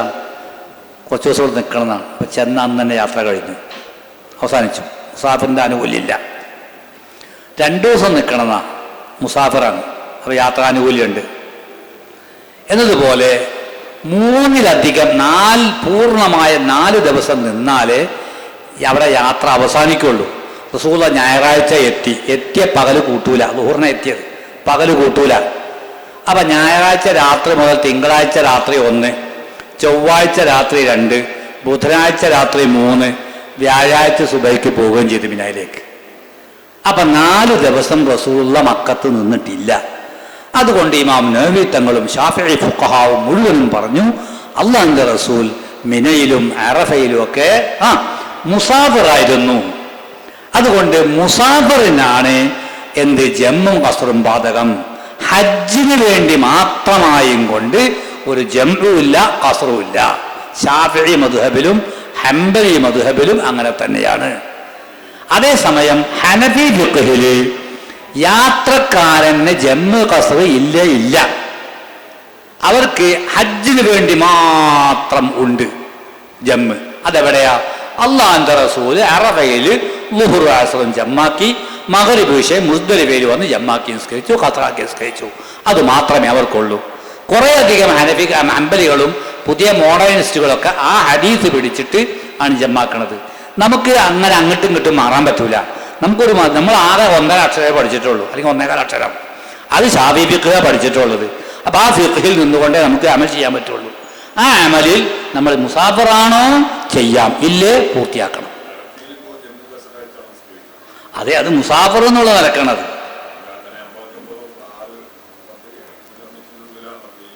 അല്ല. നമ്മൾ ഈ പ്രൈവറ്റ് സംഘങ്ങളൊക്കെ മദീനത്തു നിന്ന് പുറപ്പെടുമ്പോൾ മദീനത്ത് പോയിട്ട് വരുന്നവരാണെങ്കിൽ, പ്രൈവറ്റിനെ ആദ്യം പറയട്ടെ, ഇപ്പം മദീനത്ത് ഞാൻ ആദ്യം പറയട്ടെ, അങ്ങനെയാണെങ്കിൽ ഇപ്പം പുറപ്പെടുമ്പോൾ നിയ്യത്ത് വെക്കണം. എന്താ അറിയോ? നമ്മൾ മുസാഫിരിങ്ങളാണ്. എവിടക്ക? മിന, അറഫ, മുസ്ദലിഫ, മക്ക കഴിഞ്ഞ് തിരിച്ചെത്തുന്ന മക്ക. എന്താണ്? നമ്മൾ ഇവിടുന്ന് മദീനത്ത് പുറപ്പെടുക, മക്കത്തൊക്കെ തവാഫിനെല്ലും, ഖുദൂമിന്റെ തവാഫിന് നമ്മൾ യാത്ര അവസാനിക്കൂല. നമ്മൾ ഷറഫിയയിലോ അവിടെ എവിടെയൊക്കെ താമസിക്കും, യാത്ര അവസാനിക്കൂല. മിനയിൽ പോകും, മുസാഫിറാണ്. മുസ്ദലിഫയിൽ പോകും, മുസാഫിറാണ്. അറഫയിൽ മുസാഫിറാണ്. അപ്പൊ മുസാഫിറിന്റെ അമൽ ചെയ്യാം പ്രൈവറ്റ് സംഘക്കാർക്ക്. ഗവൺമെന്റിൽ പോകുന്നവര് മക്കത്തുനിന്ന് ഇഹ്റാം കെട്ടി അവർ പുറപ്പെടുമ്പോൾ അവർ ഹജ്ജ് കഴിഞ്ഞ് മാസം 14 തന്നെ മദീനത്തേക്ക് പോണവരാണ്, അല്ലെങ്കിൽ 15 തന്നെ പോണവരാണ് എങ്കിൽ മദീന ലക്ഷ്യം വെച്ചുകൊണ്ട് നിയ്യത്ത് വെക്കാം. എന്നാലും അവർക്ക് ഒരു മൗലിയുടെ പിന്തുണ ഉണ്ടെങ്കിൽ, പറഞ്ഞു തരാൻ പറ്റിയ ഒരു അമീറിന്റെ പിന്തുണ ഉണ്ടെങ്കിൽ അവർക്ക് ജമ്മും ഖസറും ആക്കാൻ ഫിഖ്ഹിൽ തന്നെ നിന്നുകൊണ്ട് ചെയ്യാൻ പറ്റും. ചോദിക്കാൻ എത്ര മൂല്യാക്കന്മാരുണ്ട് അവിടെ? ഒരു വിഷമവും വേണ്ട, നിങ്ങളാണ് ചെയ്തോളി. അത് അനുകരിക്കാനുള്ള സാധാരണ പതിവ് അങ്ങനെ തന്നെയാണല്ലോ. മുസാഫർ അല്ലാത്തവരാണെങ്കിൽ അങ്ങനെ ചെയ്യണം എന്നാണ്. ഫിഖ്ഹിൽ നിൽക്കുന്നവരാണെങ്കിൽ, ഫിഖ്ഹ് വിട്ട് കളിക്കുകയാണെങ്കിൽ, ഹദീസ് കൊണ്ട് കളിക്കുകയാണെങ്കിൽ എന്തും ചെയ്യാം. നമുക്കതിന് അർഹതയില്ലല്ലോ. അള്ളാഹിന്റെ റസൂൽ ചെയ്തതല്ലേ, പിന്നെന്താ നമുക്ക് ചെയ്താൽ? അതെ, അള്ളാഹിന്റെ റസൂൽ മുസാഫിറായിരുന്നു. നഹ്നു ഖൗമുൻ സുഫറുൻ ഫൽയുത്തിമ്മു മൻ അഖാമ ഫൽയുത്തിമ്മു എന്ന് ഹദീസിലില്ലേ? ഞങ്ങൾ യാത്രക്കാരാണ്, ആരാണോ മക്കത്ത് മുഖീമുകൾ അവർ പൂർത്തിയാക്കി നിസ്കരിക്കട്ടെ. അള്ളാഹുവിന്റെ റസൂൽ അറഫയിൽ പ്രഖ്യാപിച്ചതല്ലേ അത്.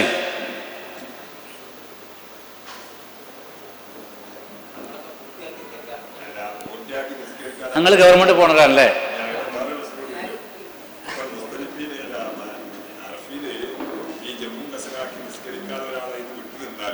ആളുകൾ ഇങ്ങനെ പണ്ടാട്ടികളൊക്കെ കാണുമ്പോൾ കളിയാക്കും. അത് പറഞ്ഞ് മനസ്സിലാക്കി കൊടുത്താൽ അവർക്ക് തിരിച്ചു. അതേന്ന് അത് പറഞ്ഞ് മനസ്സിലാക്കി കൊടുത്താൽ തീരാവുന്ന കാര്യമുള്ളൂ. അതൊക്കെ നമ്മൾക്ക് അനുഭവിക്കുന്നതാണ്.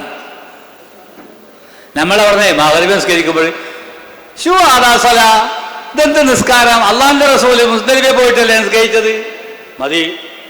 ആ നിസ്കരിച്ച അത് പറയുന്നിടത്ത് തന്നെ പറഞ്ഞിട്ടുണ്ട്, അവിടെ എത്തുമ്പോഴത്തേനും കളാവൂന്ന് ധാരണ ഉണ്ടെങ്കിൽ ഇവിടുന്ന് നിസ്കരിച്ച് പോയിക്കോന്ന് ഫിഖ്ഹിലൊക്കെ ഉള്ളതല്ലേ.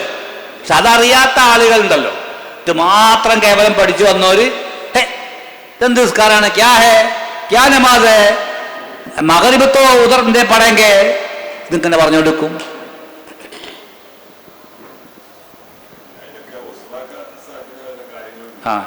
വേറെ ചോദ്യം? അത് ഞാൻ ഒന്ന് പോകുകയാണെങ്കിൽ പരിഹരിക്കാൻ വേണ്ടി പറഞ്ഞു. അതായത് പെരുന്നാൾ തന്ന് 7, 3 ദിവസം 21 വീതം, അപ്പൊ 63, 7, 70 മതി. അത് 5-6 വേണമെങ്കിൽ എടുത്തോട്ടെ, കുഴപ്പമില്ല. ബാക്കിയുള്ളത് ഹറാം അവിടെ തന്നെ ഇട്ട് പോരുന്നേ ഉള്ളൂ, ബാഗിൽ വെച്ചുകൊണ്ട് കൊണ്ടുവരരുത്. അത് ആർക്കെങ്കിലും കൊടുക്കുക. ഇനി മുസ്ദലിഫിൽ നിന്ന് കല്ലെടുക്കാൻ പറ്റിയില്ല, എവിടെ നിന്ന് എടുത്താലും മതി, ഹറം നാകണം, മിനിന്ന് എടുത്താലും മതി, ആരെങ്കിലും കൊടുത്താലും മതി. എറിഞ്ഞിട്ട കല്ലാകരുത്, നജസുള്ള സ്ഥലത്തുള്ള കല്ലാകരുത്, ഇത്രയേ ഉള്ളൂ. വലിയൊരു മുട്ടൻ കല്ലെടുത്തിട്ട് എറിഞ്ഞുടച്ച് ചെറിയ ചെറിയ പീസുകളാക്കി അതും പാടില്ല. പിന്നെ ഒരു ആചാര്യർക്ക് ഭയങ്കര ബേജാറ്, എല്ലാവർക്കും പാടെ കല്ലവിടെ എന്താ തികയോന്ന്, അതും ബേജാറ് വേണ്ട, അവിടെ ഉണ്ടാവും.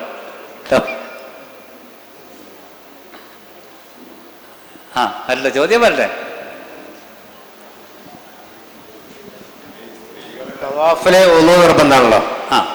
അപ്പൊ അത് ഉളും പെണ്ണുങ്ങളെ തൊട്ടാ ഉളു മുറിയാന്നുള്ള വിഷയത്തിൽ അത് കുറച്ച് കെണീസ് പിടിച്ച. അതെ, ഓതൊന്നും എടുക്കാം നമ്മൾ ആദ്യം അല്ലേ? ഒന്ന് ഓതം എടുക്കാം നമ്മള്. മുൻകൈ രണ്ടും കഴുകി, പറയേ വായിൽ വെള്ളം കൊപ്പിളിച്ച്, പിന്നെ മൂക്കിൽ വെള്ളം കയറ്റലുമില്ല, ചീറ്റലുമില്ല, രണ്ടും ചെയ്ത്, മുഖം കഴുകി, പറത്, കൈ രണ്ടും കഴുകി, മുട്ടുൾപ്പെടെ കഴുകി, തല തടവി, തല എന്തറിയട്ടെ? ഓ, നിങ്ങള് മുഴുവൻ തന്നെ എല്ലാപ്പോഴും തടകല്. സാധാരണ നമ്മൾ എങ്ങനെ തടകല്? ഒന്നിനെ തോണ്ടിപ്പോവും അല്ലേ? തല തടവി, പിന്നെ ചെവി തടവി, പിന്നെ കാൽ രണ്ടും കഴുകി. ഇതാണല്ലോ വുളു. ഇത് ഷാഫിയിലും ഇങ്ങനെ തന്നെയാണ്, ഹനഫിയിലും ഇങ്ങനെ തന്നെയാണ്, എല്ലാ മദ്ഹബിലും ഇങ്ങനെയാണ്, 4 ഫിഖ്ഹിലും അങ്ങനെ തന്നെയാണ്. പക്ഷെ ഹനഫി ഫിഖ്ഹില് തടവുക എന്ന് പറഞ്ഞാൽ എന്താ? കയ്യിങ്ങനെ വെക്കണം, ഒരു വിരൽ വെച്ചാൽ പോരാ, വെച്ചിട്ടൊന്ന് ഇമ്രാർ ചെയ്യണം. അത് നടത്തുമ്പോൾ തലയുടെ 4/4 ഭാഗമെങ്കിലും തടവണം എന്നതാണ്. നമ്മുടെ ഫിഖ്ഹിൽ അത് മിടുക്കായ സുന്നത്തുമാണ്. അപ്പൊ ഞാൻ ഹനഫി ഫിഖ്ഹ് പ്രകാരം വുളു ഉണ്ടാക്കുന്നു എന്ന് മനസ്സിൽ കരുതിയിട്ട് വുളു അങ്ങോട്ട് ഇത് മുഴുവൻ തടകി കൈയും കാലൊക്കെ തേച്ചരച്ച് കഴുകി വുളു ഉണ്ടാക്കിയാൽ ഷാഫിയിലും ഒത്ത് ഹനഫിയിലും ഒത്ത്. വേണ്ട, ആണ്ട് പോണ്ട. എവിടെ? ഇല്ല, അവിടെ മാലിക്കൊന്നും നമ്മൾ നോക്കണ്ട. അല്ല, അതെന്തോ ആയിക്കോട്ടെ. നമ്മളിപ്പോൾ ഇപ്പം ചെയ്യാൻ പറ്റുന്നൊരു മസാല പറയണം. എന്നിട്ട് ഇനി വുളു മുറിയുന്ന കാര്യങ്ങളൊക്കെ ഒന്ന് പറയാം. അന്യവരും ഉറക്കം കൊണ്ടോ മറ്റോ ബുദ്ധിയുടെ വകതിരിവ് നീങ്ങുക, ഷാഫിയിലും ഹനഫിയിലും അങ്ങനെ തന്നെയാണ്. പിന്നെ അന്യവരും വലിയവരുമായ സ്ത്രീ പുരുഷന്മാരുടെ തൊലി തമ്മിൽ ചേരുക, ഹനഫിയിലും ഷാഫിയിലും അങ്ങനെ തന്നെയാണ്, 4 മദ്ഹബിലും. അന്യവരും വലിയവരുമായ സ്ത്രീ പുരുഷന്മാരുടെ തൊലി തമ്മിൽ ചേരുക, ഷാഫിയിലും അങ്ങനെയാണ്, ഹനഫിയിലും അങ്ങനെയാണ്. പിന്നെ വ്യത്യാസമുണ്ട്. ഷാഫി മദ്ഹബിൽ തൊട്ടാൽ മതി, ഒരു പെണ്ണും ആണും തമ്മിൽ തൊട്ടാൽ, ഭാര്യയും ഭർത്താവും തമ്മിൽ തൊട്ടാൽ മുറിയും. ഹനഫിയിലോ തൊട്ടത് കൊണ്ട് മുറിയൂല, വിചാര വികാര ഉദ്ദീപനത്തോടെയാണോ തൊട്ടത് എന്നാ മുറിയും. ശഹ്വത്തോടു കൂടി തൊട്ടാലേ മുറിയുള്ളൂ ഹനഫിയിൽ. ഈ ഒരു വ്യത്യാസമാണ് ഉള്ളത്. ആണും പെണ്ണും തൊട്ടാൽ വുളു മുറിയൂല എന്നൊരു മദ്ഹബിലുമില്ല. അത് 4 ഫിഖ്ഹിന്റെ മദ്ഹബും 4 ഫിഖ്ഹിയും പറയണ കിതാബ് എടുത്ത് നോക്കണ്ടേ. അപ്പൊ നമ്മൾ ഒരു പെണ്ണ് നമ്മളെ കാലം ഇങ്ങോട്ട് കയറി ചവിട്ടി, നമ്മൾ അങ്ങോട്ട് പോയി തട്ടിപ്പോയി, ഇതൊക്കെ ഇപ്പൊ ഷെഹ്വത്തോടു കൂടിയാ അല്ല. അപ്പൊ ആ നിലക്ക് ഈ മസാല പ്രകാരം ഒതു ഉണ്ടാക്കിയാൽ ആ നിലക്ക് വെച്ച് നമുക്കത് സ്വീകരിക്കാം. ഒന്ന്, അങ്ങനെ വളഞ്ഞു മൂക്കൊന്നും പിടിക്കണ്ട. ശാഫി ഫിഖ്ഹിൽ തന്നെ ആണും പെണ്ണും തമ്മിൽ തൊടുക എന്ന് പറഞ്ഞിടത്ത് ഞാൻ മൂപ്പരെ തൊട്ടാൽ ഞാൻ ലാമിസ്, മൂപ്പര് മൽമൂസ്. തൊട്ടത് ഞാനാണ്, മൂപ്പരാണ് തൊടലിന് വിധേയമായ മൽമൂസ്, തൊടപ്പെട്ടവൻ. മൽമൂസിന്റെ ഒതു മുറിയൂല. അപ്പൊ ഏതെങ്കിലും പെണ്ണിന്റെ കാലുമ കയറി ചവിട്ടി, എന്നെ പിടിച്ച് ഉന്തി, എൻ്റെ അവിടെ കൈ വെച്ചിങ്ങനെ നടന്ന്, ഏതോ ഒരു തള്ളയാണ്, ഇതുകൊണ്ട് ഒന്നും അവരെ ഒതു മുറിയൂന്നല്ലാതെ നമ്മളെ മദ്ഹബിൽ തന്നെ നമ്മളെ ഒതു മുറിയില്ല. ബഹുമാനപ്പെട്ട റഈസുൽ ഉലമ സുലൈമാൻ ഉസ്താദൊക്കെ ഇതാണ് പ്രൊമോട്ട് ചെയ്യുന്നത്. നമ്മൾ ഫിഖ്ഹ് വിട്ട് കളിക്കണ്ട, നമ്മളെ മദ്ഹബിൽ തന്നെ അതിന് വകുപ്പുണ്ടല്ലോ, അപ്പൊ അതനുസരിച്ച് സ്വീകരിച്ചാൽ മതി.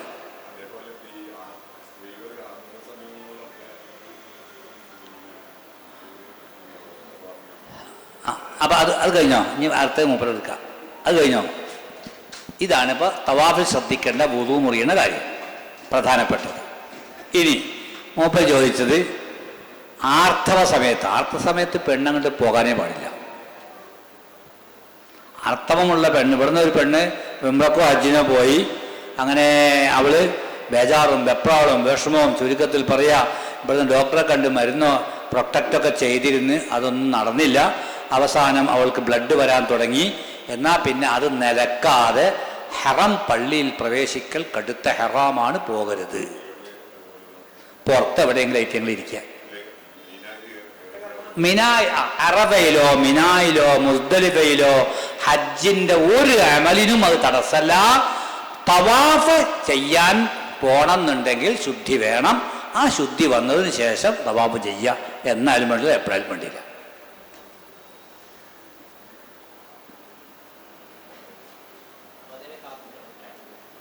അതുവരെയും കാത്തിക്കണം. ശരീരഭാരം കാരണം ഉംറ ചെയ്യാൻ സാധിക്കാത്ത ഒരാൾക്ക് ജീവിച്ചിരിക്കെ മറ്റൊരാളെ കൊണ്ട് തനിക്ക് വേണ്ടി ഉംറ ചെയ്യിപ്പിക്കാൻ പറ്റുമോ? അതായത് യാത്ര ചെയ്യാനും ഇവിടുന്ന് വിമാനത്തിൽ കയറി യാത്ര ചെയ്ത് മക്കത്തെത്താനും, മക്കത്തെത്തിയിട്ട് തൻ്റെ തടി കൊണ്ട് പരസഹായം സ്വീകരിച്ചിട്ടെങ്കിലും ചെയ്യാൻ, പരസഹായത്തിന് പല മാർഗമുണ്ടല്ലോ. ഇപ്പം വണ്ടിയുണ്ട്, ഇതുണ്ട്, ഉന്തന വണ്ടിയുണ്ട്, വീൽ ചെയറുണ്ട്. ഇങ്ങനെ പരസഹായം സ്വീകരിച്ചിട്ടെങ്കിലും ആ കർമ്മം സ്വന്തം തടി കൊണ്ട് ചെയ്യാൻ പറ്റാത്ത വിധം അവശരോഗിയാണോ? പറ്റും, ഇല്ലെങ്കിൽ പറ്റൂല.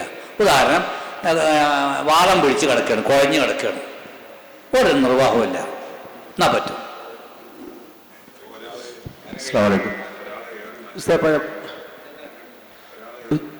ഇപ്പോൾ നമ്മൾ ആദ്യത്തെ ഏറ് കഴിഞ്ഞ് വലിയ ജംറയിൽ ഫസ്റ്റ് ഏറ് തീർന്നു. നമ്മൾ മുടി മുറിച്ചു, തലുലായി ആഫ്. പിന്നെ ഈ 11, 12, 13 അതും കഴിഞ്ഞിട്ട് പോയാൽ മതി. തവാഫിന് സഹിക്കും. കറാഹത്താണെന്നുള്ളൂ, എപ്പോൾ ചെയ്താലും മതി. ആ ദിവസത്തിനുള്ളിലാണ് അഫ്ളൽ. ഏറ്റവും അഫ്ളൽ പെരുന്നാളിൻ്റെ അന്നാണ്. പിന്നെ സുന്നത്ത് ഈ കറാഹത്തില്ലാതെ ചെയ്യാൻ അയ്യാമത്ത് ഷെയ്ഖിന്റെ മാസം 13 അവസാനിക്കുന്നതിന് മുമ്പ്, 13 അവസാനിച്ച് 14, 15, 16 ഒക്കെ പോയി നിൽക്കുക. തവാഫ് കൂടും, ഫർളായ തവാഫായി, ഹജ്ജ് പൂർത്തിയാകും. പിന്തിപ്പിച്ചതിന് കറാഹത്തുണ്ട്. സഹി നേരത്തെ ചെയ്തു വെക്കാത്ത ആളാണെങ്കിൽ ഇപ്പൊ ചെയ്യണം, തവാഫും സഹിയും ചെയ്യണം.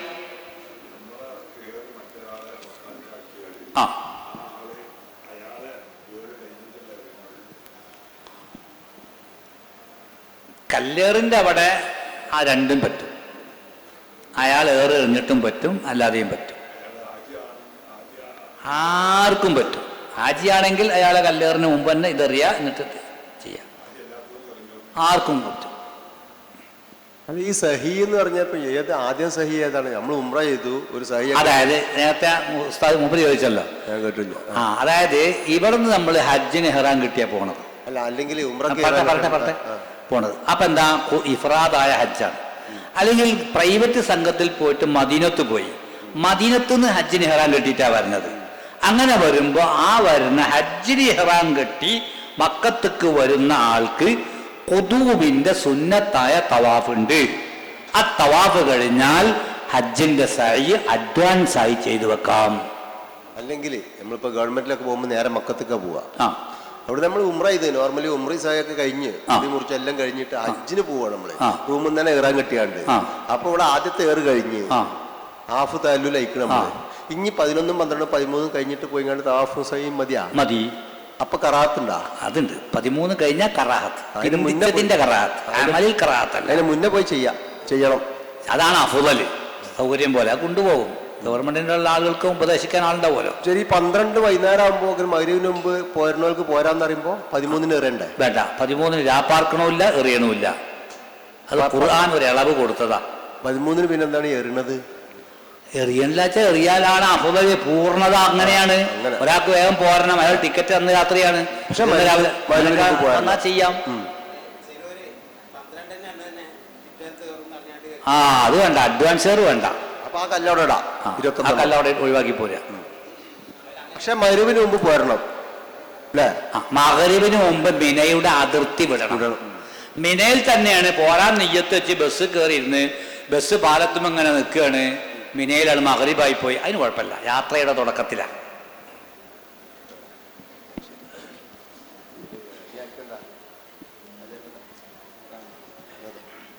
ഇനി നമ്മൾ അടയാളം വെച്ചാലോ?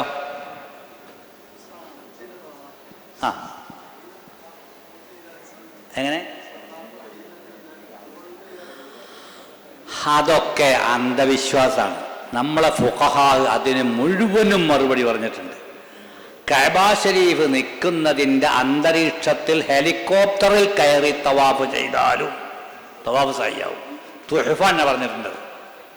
അപ്പം ഞാൻ അടി തവാഫ് ചെയ്ത്, മുകളിൽ തവാഫ് ചെയ്ത്, ആകാശത്ത് മുട്ടുന്നവരും പള്ളി പൊക്കി അവിടെ തവാഫ് ചെയ്ത്, അവിടെ ശ്രദ്ധിക്കേണ്ടത് എന്താ വെച്ചാൽ പിന്നെ ഈ മുകളിലൊക്കെ എത്തുമ്പോൾ ഏങ്കോണിപ്പൊക്കെ വരുന്നുണ്ട്, അതൊന്നും ശ്രദ്ധിക്കണമെന്നേ ഉള്ളൂ. സഴയിലങ്ങനെ പ്രശ്നമുണ്ടോ? എല്ലാം അങ്ങനെ തന്നെ. ഭൂമിൻ്റെ അതായത് സഫ ഒരു കുന്ന്, മർവ ഒരു കുന്ന്, ഈ 2 കുന്നിൻ്റെ ഇടയിൽ താഴത്താകട്ടെ, ഫസ്റ്റ് ഫ്ലോറിലാകട്ടെ, സെക്കൻഡ് ഫ്ലോറിലാകട്ടെ, അന്തരീക്ഷ വായുവിലാകട്ടെ നടന്നാൽ മതി.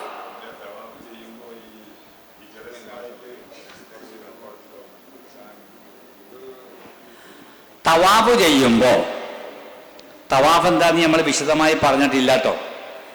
കഅബ ഷരീഫ് എന്ന ഇതാ ഇപ്പം ഈ ടേബിള് കഅബ ഷരീഫാന്ന് വെച്ചോളൂ. എന്നാൽ ഹജറുൽ അസ്വദിന്റെ മൂല കിഴക്ക് മൂലയാണ്. തെക്ക് കിഴക്ക് മൂലയിൽ ഹജറുൽ അസ്വദ് ഇതല്ലേ കിഴക്ക്? പടിഞ്ഞാറേതാ? പടിഞ്ഞാറ് ഇങ്ങോട്ട്. ഇതാണ് കിഴക്ക്. അപ്പം ആ മൂല അതാണ് തെക്ക് കിഴക്ക് മൂല. അവിടെയാണ് ഹജറുൽ അസ്വദ്. വാതിൽ കിഴക്കോട്ടാണ് കഅബത്തിന്റെ. അപ്പം നമ്മൾ ആ മൂലയെന്ന് കൈ ഇങ്ങനെ കാണിച്ച് തക്ബീർ ചൊല്ലി നിയ്യത്ത് വെച്ച് ഇങ്ങനെ റൗണ്ട് അടിച്ച് വരുമ്പോൾ വടക്കു ഭാഗത്ത് ഒരു ആളുടെ ഉയരത്തിൽ ഒരു മതിൽ ഇങ്ങനെ കെട്ടിയതായിട്ട് കാണാം. അതിനുള്ളിലുള്ള സ്ഥലത്തിൻ്റെ പേരാണ് ഹത്തീം, ഹിജർ ഇസ്മായിൽ എന്നെല്ലാം പറയുന്നത്. അതിൻ്റെ ആ ഭിത്തി കെട്ട് ഇതിൻ്റെ ഉള്ളിൽപ്പെട്ട് നിൽക്കുന്നത് കൊണ്ട് അതുമ്മൽ കൈവച്ച് നടക്കരുത് എന്നതാണ് മസാല. അതാണ് മുപ്പര പറഞ്ഞത്.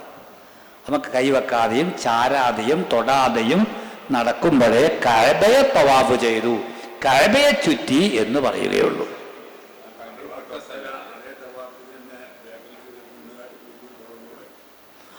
അങ്ങനെ തവാഫിന് വല്ല തകരാറും ഒരാൾക്ക് വന്നാൽ എന്ത് ചെയ്ത് എവിടുന്നോ ഒന്ന് ഇങ്ങനെ സംഭവിച്ചിട്ടുണ്ടെങ്കിൽ ഒന്നുകിൽ ജോയിന്റ് ചെയ്യാൻ പറ്റുമെങ്കിൽ ബാക്കിൽക്ക് നിന്ന് ജോയിന്റ് ചെയ്ത എണ്ണം പൂർത്തിയാക്കുക. അല്ലെങ്കിൽ അങ്ങനെ നിബന്ധന തെറ്റിച്ച് ചെയ്തിട്ടുണ്ടെങ്കിൽ ആ ഒരെണ്ണം എണ്ണത്തിൽ കൂട്ടാതെ ഒന്നുകൂടി എക്സ്ട്രാ ചെയ്യുക.